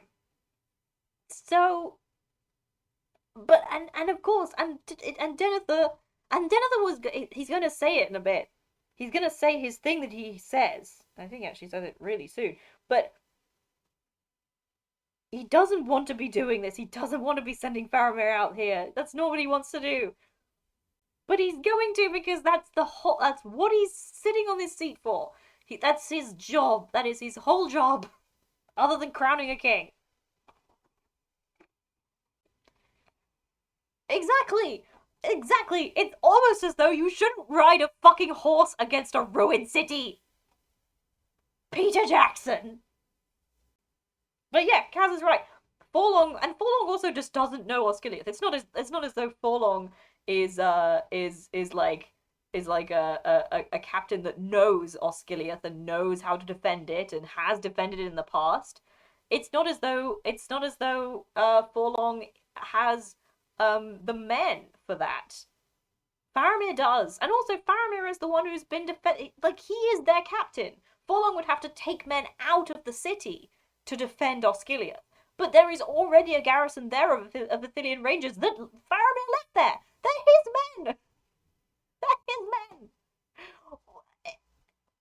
Of course, it's got to be Faramir. It would be Faramir if he hadn't gone. That's the point. He would have said Faramir would have agreed. Faramir would have agreed with this, which is the problem. That's the whole problem. It's just that again, Faramir is saying your tactics are too reckless. I don't want you to do this way. That's just it. Faramir has less reckless tactics than his father or his brother. But it's just a difference of opinion. It's not like meh.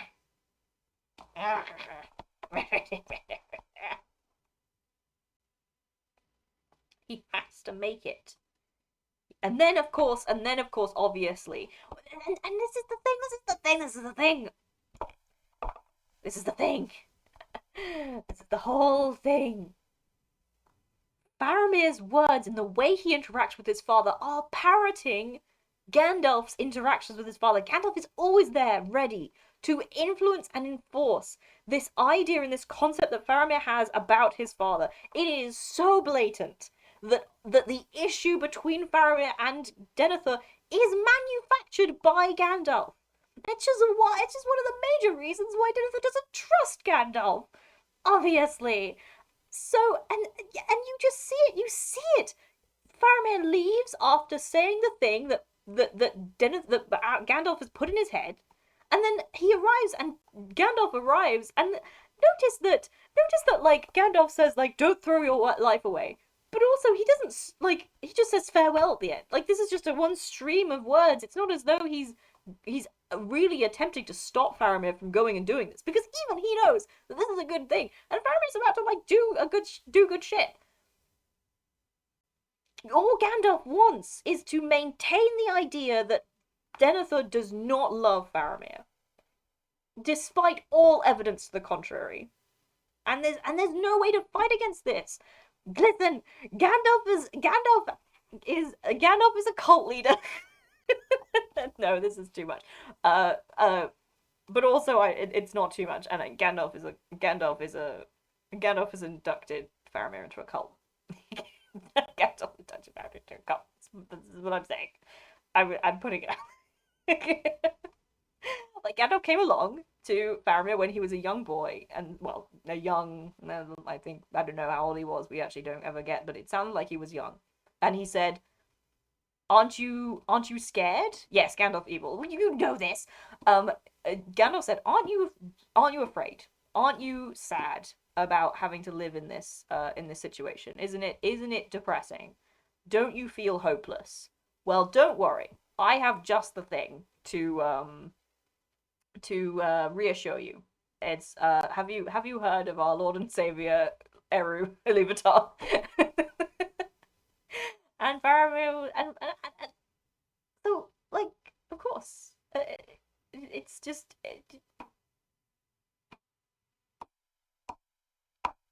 anyway. Can I get to the end of this? I'm still calm. I'm still calm. So, so now the Lord Faramir had gone forth again, and had taken with him such strength of men as were willing to go or could be spared. On the walls some gazed through the gloom towards the ruined city.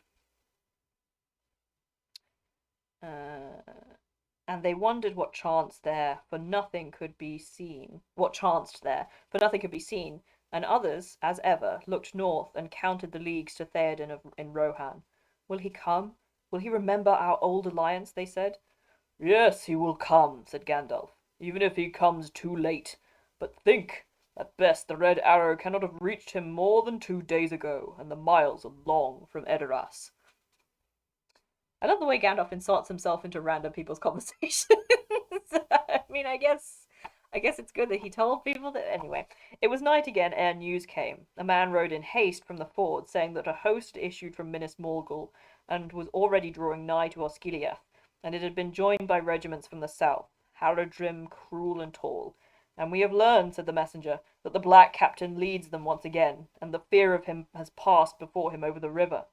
With those ill-boding words, the third day closed since Pippin came to Minas Tirith. Few went to rest, for small hope had any now that even Faramir could hold the fords for long.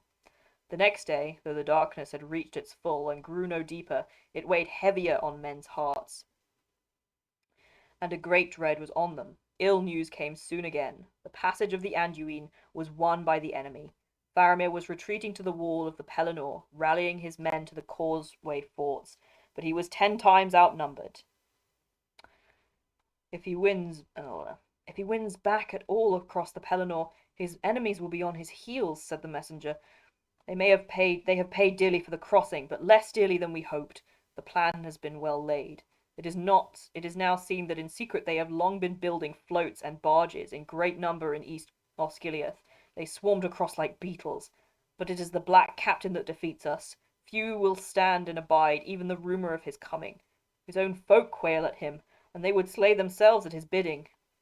Then I am needed there more than here, said Gandalf, and rode off at once, and the glimmer of him faded soon from sight. And all that night Pippin, alone and sleepless, stood upon the wall and gazed eastward. The bells of day had scarcely rung out again, a mockery in the unlightening dark, when far away he saw fires spring up across the dim spaces where the walls of the Pelennor stood. The watchman cried aloud, and all men in the city stood to arms. Now, ever and anon, there was a red flash, and slowly through the heavy air dull rumbles could be heard. "They have taken the wall!" men cried. "They are blasting breaches in it! They are coming!"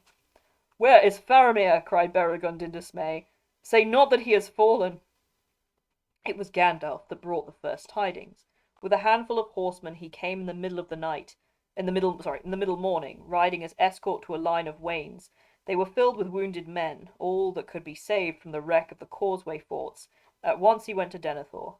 The lord of the city sat now in a high chamber above the hall of the White Tower, with Pippin at his side, and through the dim windows, north and south and east, he bent his dark eyes, as if to pierce the shadows of doom that ringed him around. Most to the north he looked, and would pause at whiles to listen, as if by some ancient art his ears might hear the thunder of hoofs on the plains far away. "Is Faramir come?" he asked. "No," said Gandalf, "but he still lived when I left him. Yet he is resolved to stay with the rearguard, lest the retreat over the Pelennor become a rout. He may, perhaps, hold his men together long enough, but I doubt it. He is pitted against a foe too great, for one has come that I feared." "Not the Dark Lord?" cried Pippin, forgetting his place in the terror. Denethor laughed bitterly. "Nay, not yet, Master Peregrine. He will not come, save only to triumph over me when all is won. He uses others as his weapons. So do all great lords, if they are wise, Master Halfling. Or why should I sit here in my tower and think and watch and wait, spending even my sons? For I can still wield a brand." He stood up and cast open his long black cloak, and behold, he was clad in mail beneath, and girt with a long sword, great hilted in a sheath of black and silver. Thus have I walked, and thus now for many years have I slept," he said, "lest with age the body should grow soft and timid. Yet now under the Lord of Barad-dûr, the most fell of all of his captains is already master of... Yet now under the Lord of Barad-dûr, the most fell of all of his captains is already master of your outer walls," said Gandalf. "King of Angmar long ago, sorcerer, ringwraith, Lord of the Nazgûl, a spear of terror in the hand of Sauron, shadow of despair." "Well then, Mithrandir, you had a foe to match you," said Denethor. "For myself, I have long known who is the chief captain of the hosts of the Dark Tower. Is this all you have returned to say, or can it be that you have withdrawn because you are overmatched?"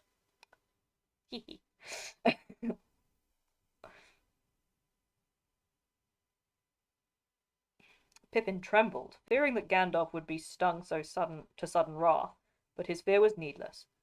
"It might be so," Gandalf answered softly, "but our trial of strength is not yet come, and if words spoken of old be true, not by the hand of man shall he fall, and hidden from the wise is the doom that awaits him. However, that may be. The Captain of Despair does not press forward yet. He rules rather according to the wisdom that you have just spoken, from the rear, driving his slaves in madness on before. Nay, I came rather to guard the hurt men that can yet be healed, for the Ramus is breached far and wide, and soon the host of Morgul will enter in at many points. And I came chiefly to say this: soon there will be battle on the fields. A sortie must be made ready. Let it be of mounted men. In them lies our brief hope, for in one thing only is the enemy still poorly provided. He has few horsemen, and we also have few. Now would the coming of Rohan be in the nick of time," said Denethor. "We are likely to see other newcomers first," said Gandalf. "Fugitives from Caer Andros have already reached us. The Isle has fallen. Another army has come from the Black Gate, crossing from the northeast.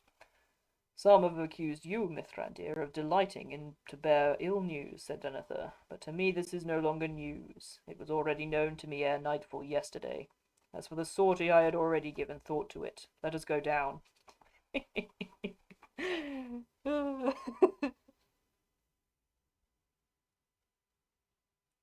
The Captain of Despair is a very cool title. Yes, Berrigan just I do see it. Listen, I see it. I see what you mean, seven stars, seven stones. It is certainly this is a lot. I see what you mean, Reckless. I mean, I guess I don't know why Deneth like I'm not sure that Denethor would absolutely know if he had a body or not. Like, it's not like he can see into Mordor. I don't really take this as proof. Because it's not like Denethor can see into Mordor. He can see what Sauron wants him to see in Mordor, but not necessarily like it's difficult to pierce the shadow around Mordor. So if if Denethor believes that Sauron can come out himself in a body, then I would say that that's just because Sauron wanted him to know that.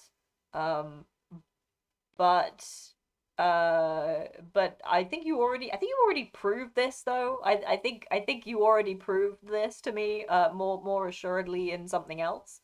So I do still believe he has a body. I just don't think this is. But again, like yes, but I would say that it would be the default concept for everybody. Like we know that he's just we well, okay. We have assumed that he's just an eye because that's all we see of him.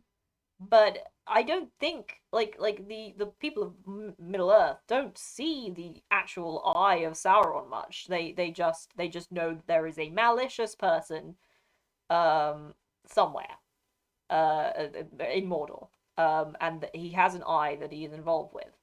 But the fact that he has an eye, but I don't see that this is proven. I do not but again, this is a useless argument because because I already believed you a while ago for a reason that I can't remember. You proved this to me a while back, and I can't remember what proof you gave me, but I accepted it a while back. So I don't know why I'm arguing with this, but anyway, um, uh, time passed. Also, again, he doesn't want to be doing this. He he's yes, I think that's probably that's probably the proof you gave me that made me accept it then. So so again, I don't Denethor does not want to be doing this. He would rather do it himself. He wouldn't do this unless he had to, because this is the thing. Because he's the one who knows everything, as is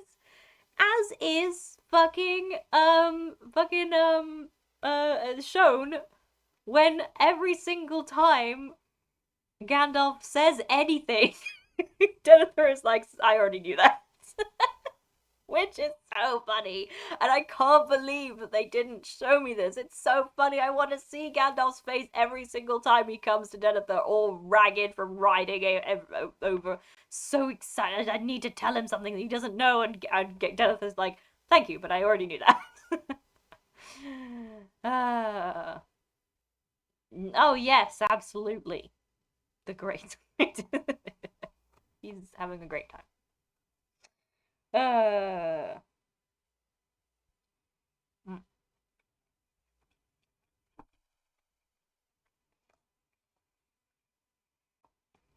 and Gandalf is the one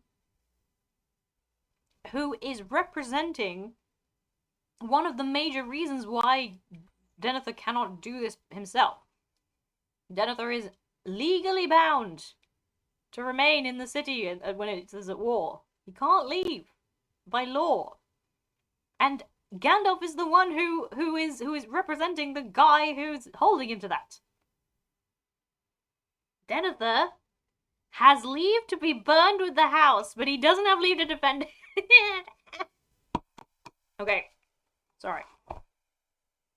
He can still wield a brand. I do not fear death, nor judgment. Anyway, time passed. At length, watchers on the walls could see the retreat of the out companies. Small bands of weary and often wounded men came first with little order. Some were running wildly as if pursued. Away to the eastward, the distant fires flickered, and now it seemed that here and there they crept across the plain. Houses and barns were burning. Then from many points little rivers of red flame came hurrying on, winding through the gloom, converging towards the line of the broad road that led from the city gate to Osgiliath. The enemy, men murmured. The dike is down. Here they come, pouring through the breaches, and they carry torches, it seems. Where are our own folk? It drew now to evening by the hour, and the light was so dim that even far-sighted men upon the citadel could discern little clearly out from the fields, save only the burnings that ever multiplied, and the lines of fire that grew in length and speed. At last, less than a mile from the city, a more ordered mass of men came into view, marching, not running, still holding together. The watchers held their breath. Faramir must be there, they said. He can govern men and beast. He will make it yet. Now the main retreat was scarcely 2 furlongs distant. Out of the gloom, behind a small company of horsemen galloped. Out of the gloom behind. Out of the.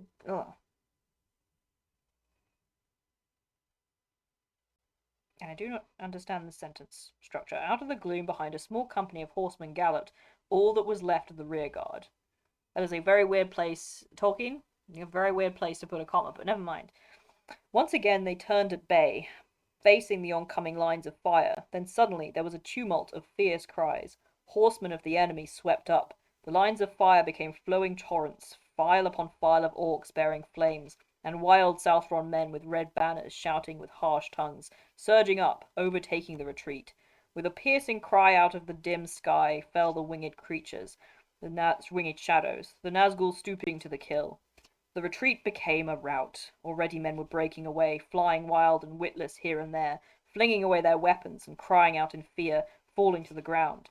And then a trumpet rang from the citadel, and Denethor at last released the sortie. Drawn up within the shadow of the gate, and under the looming walls outside, they had waited for his signal, all the mounted men that were left in the city. Now they sprang forward, formed, quickened to a gallop, and charged with a heavy shout. And from the walls an answering shout went up, for foremost on the field rode the Swan Knights of Dol Amroth, with their prince and his blue banner at their head. Amroth for Gondor, they cried. Amroth for Faramir. Ahem. Like thunder, they broke upon the enemy. Like thunder, they broke upon the enemy on either flank of the retreat. But one rider outran them all. Swift as the wind in the grass, Shadowfax bore him, shining, unveiled once more, a light starting up in his upraised hand. Yeah, is he allowed to do that? Is he allowed? Is that allowed? Points at Gandalf. Is that allowed? What did I want to say here? Oh yes, Jamie. Here's your confirmation that Gondor doesn't fucking have cavalry except for. Well, no. Okay. They did say that foremost among the riders there are the Dol Amrothian cavalry. So that must mean that there is some cavalry in Minas Tirith. Some. But apparently still not many. So it's just not the main source of their but there are some cavalry, I guess. From Minas Tirith. Blah blah blah. Where did I get to?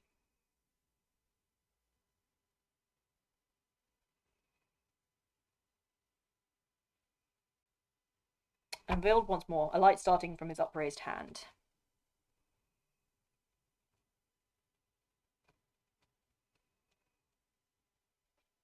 Hmm. Hmm. Yep. Well, I mean, but they never even mention a shield wall is the other thing. Like that is not something that is mentioned by Tolkien ever. So I don't know what he thinks the tactics are. Hey, sweet boy. Rabbi is looking at me like, what the fuck is your problem? What is going on here? Anyway. Um The Nazgul screeched and swept away, but their captain was not yet come to challenge the white fire of his foe. The hosts of Morgul, intent on their prey, taken at unawares in wild career, broke, scattering like sparks in a gale. The out companies, with a great cheer, turned and smote their pursuers. Hunters became the hunted.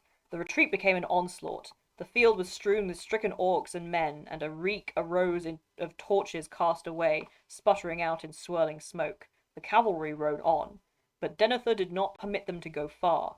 Though the enemy was checked and for the moment driven back, great forces were flowing in from the east. Again the trumpet rang, sounding the retreat. The cavalry of Gondor halted. Behind their screen the out companies were reformed. Now steadily they came marching back. They they reached the gate of the city and entered, stepping proudly, and proudly the people of the city looked on them and cried their praise. And yet they were troubled in heart, for the companies were grievously wounded. Faramir had lost a third of his men, and where was he? Last of all he came. His men passed in, the mounted knights returned, and at their rear the banner of Dol Amroth, and the prince, and in his arms, before him on his horse, he bore the body of his kinsman, Faramir son of Denethor, found upon the stricken field.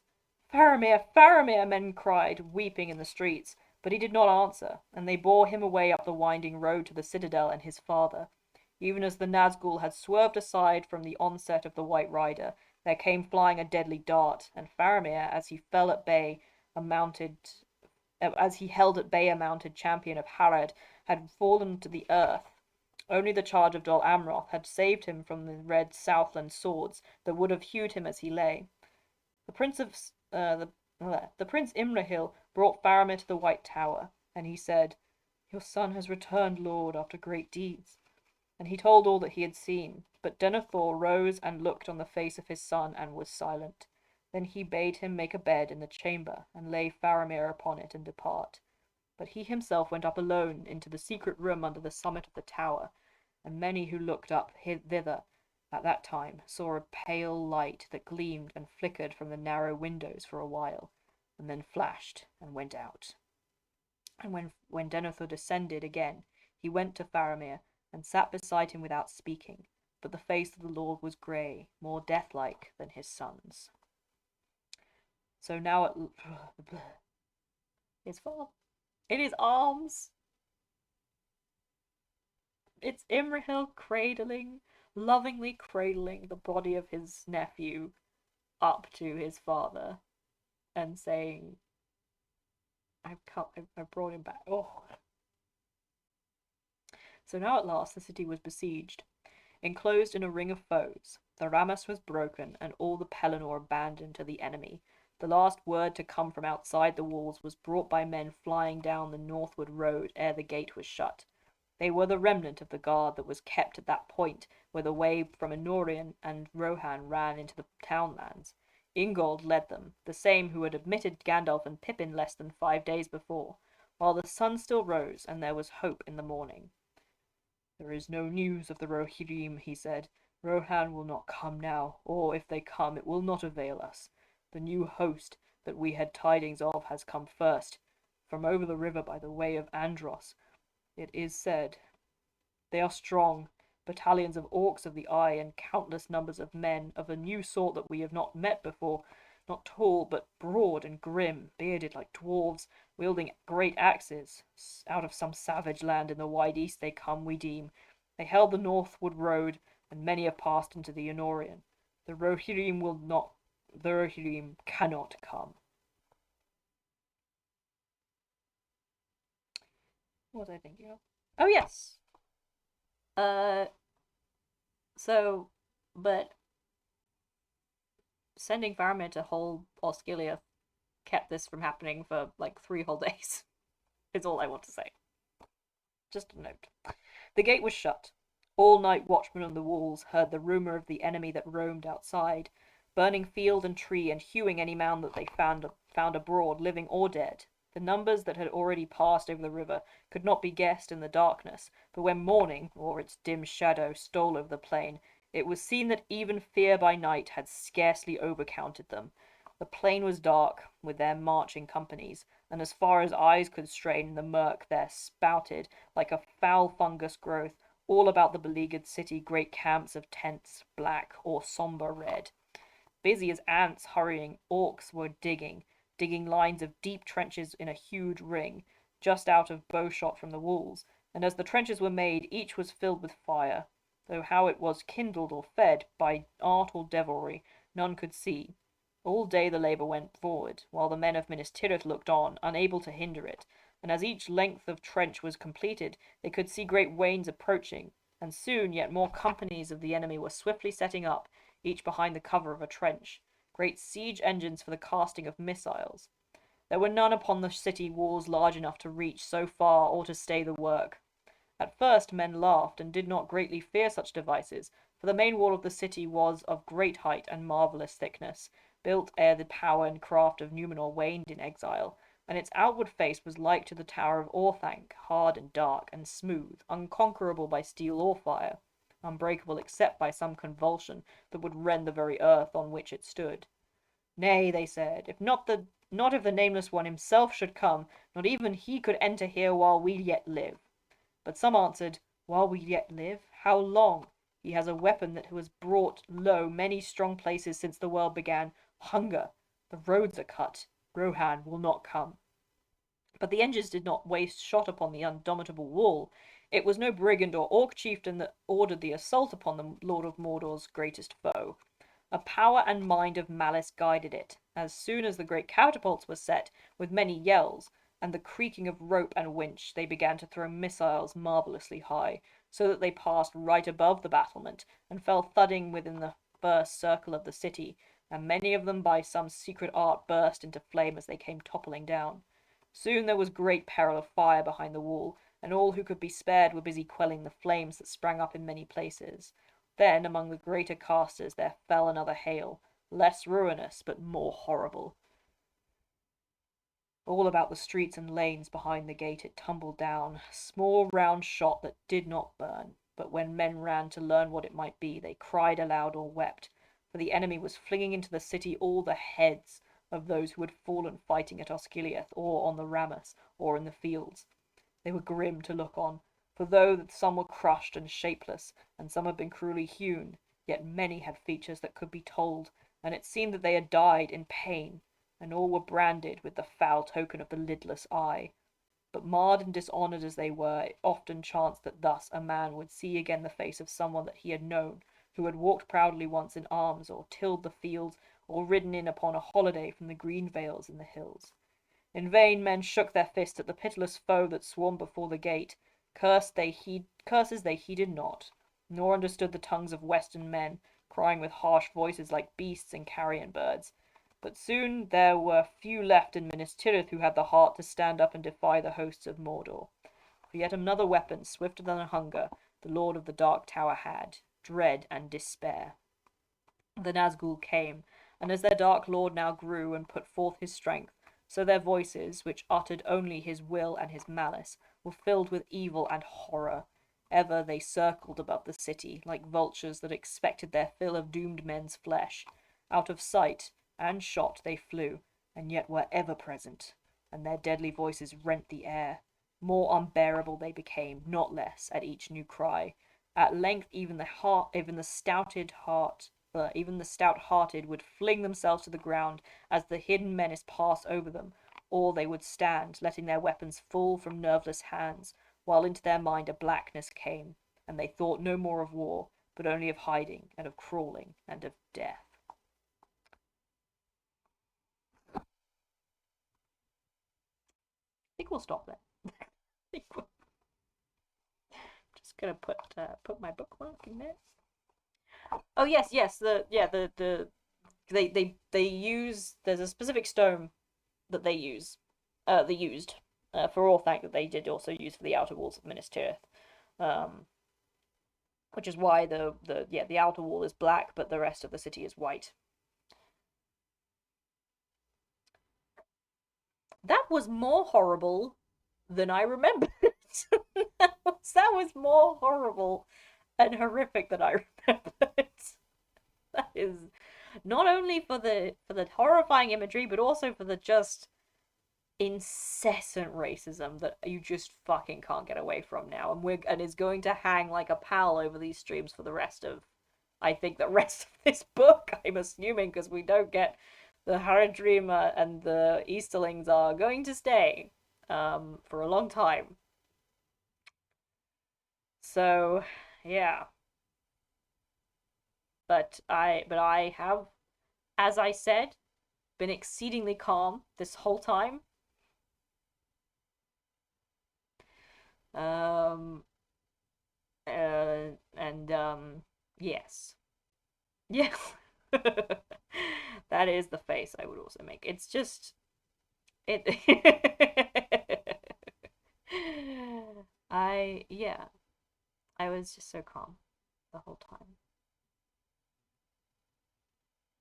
It we go fuck, and it's not gonna end either. Like I've got to continue being exceedingly calm for the next bit of this, which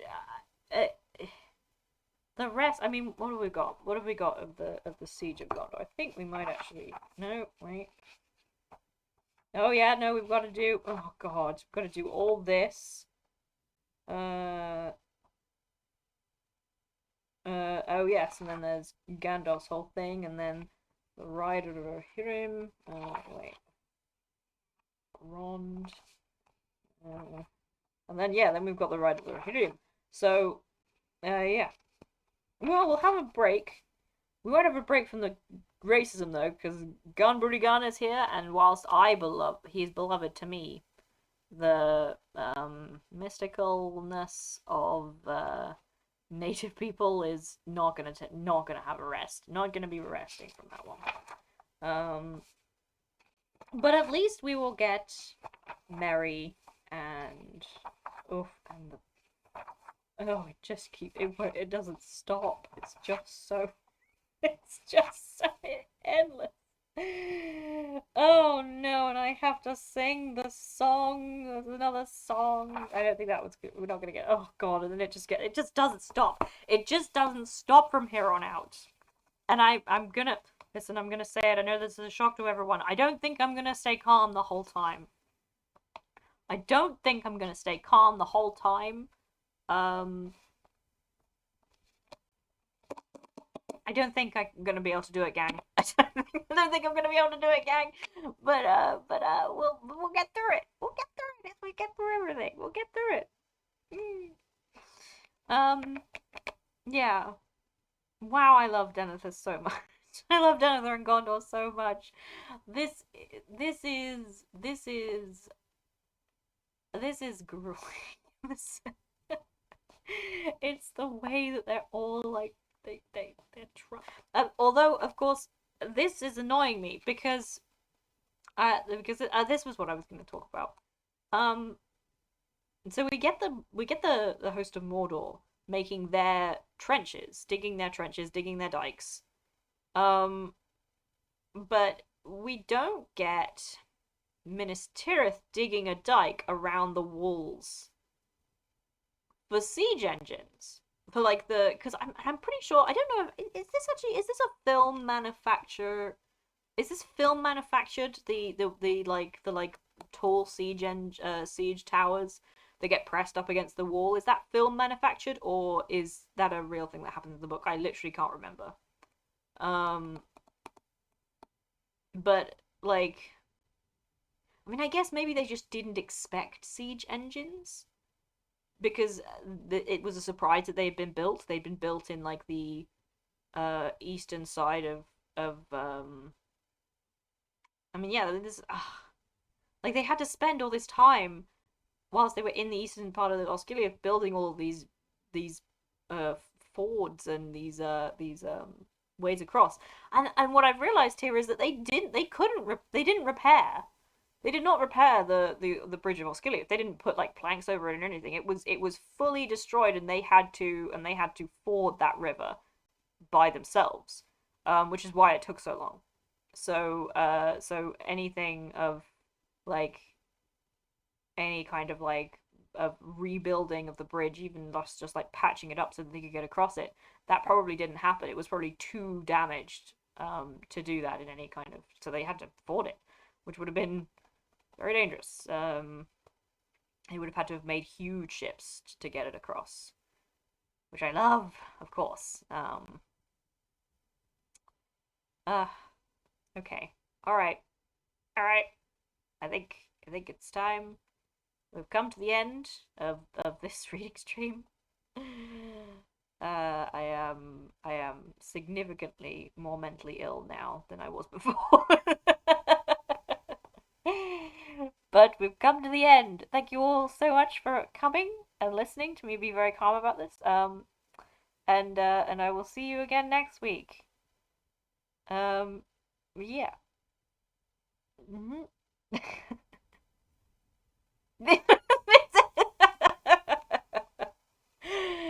You are so welcome, Des. You're so welcome. It was a guided meditation. All right, yeah. All right. Oh, I can eat supper now. That's good. Okay. Right. Yes. Right. Yep. See you all next week, same time, and till then, have a good week.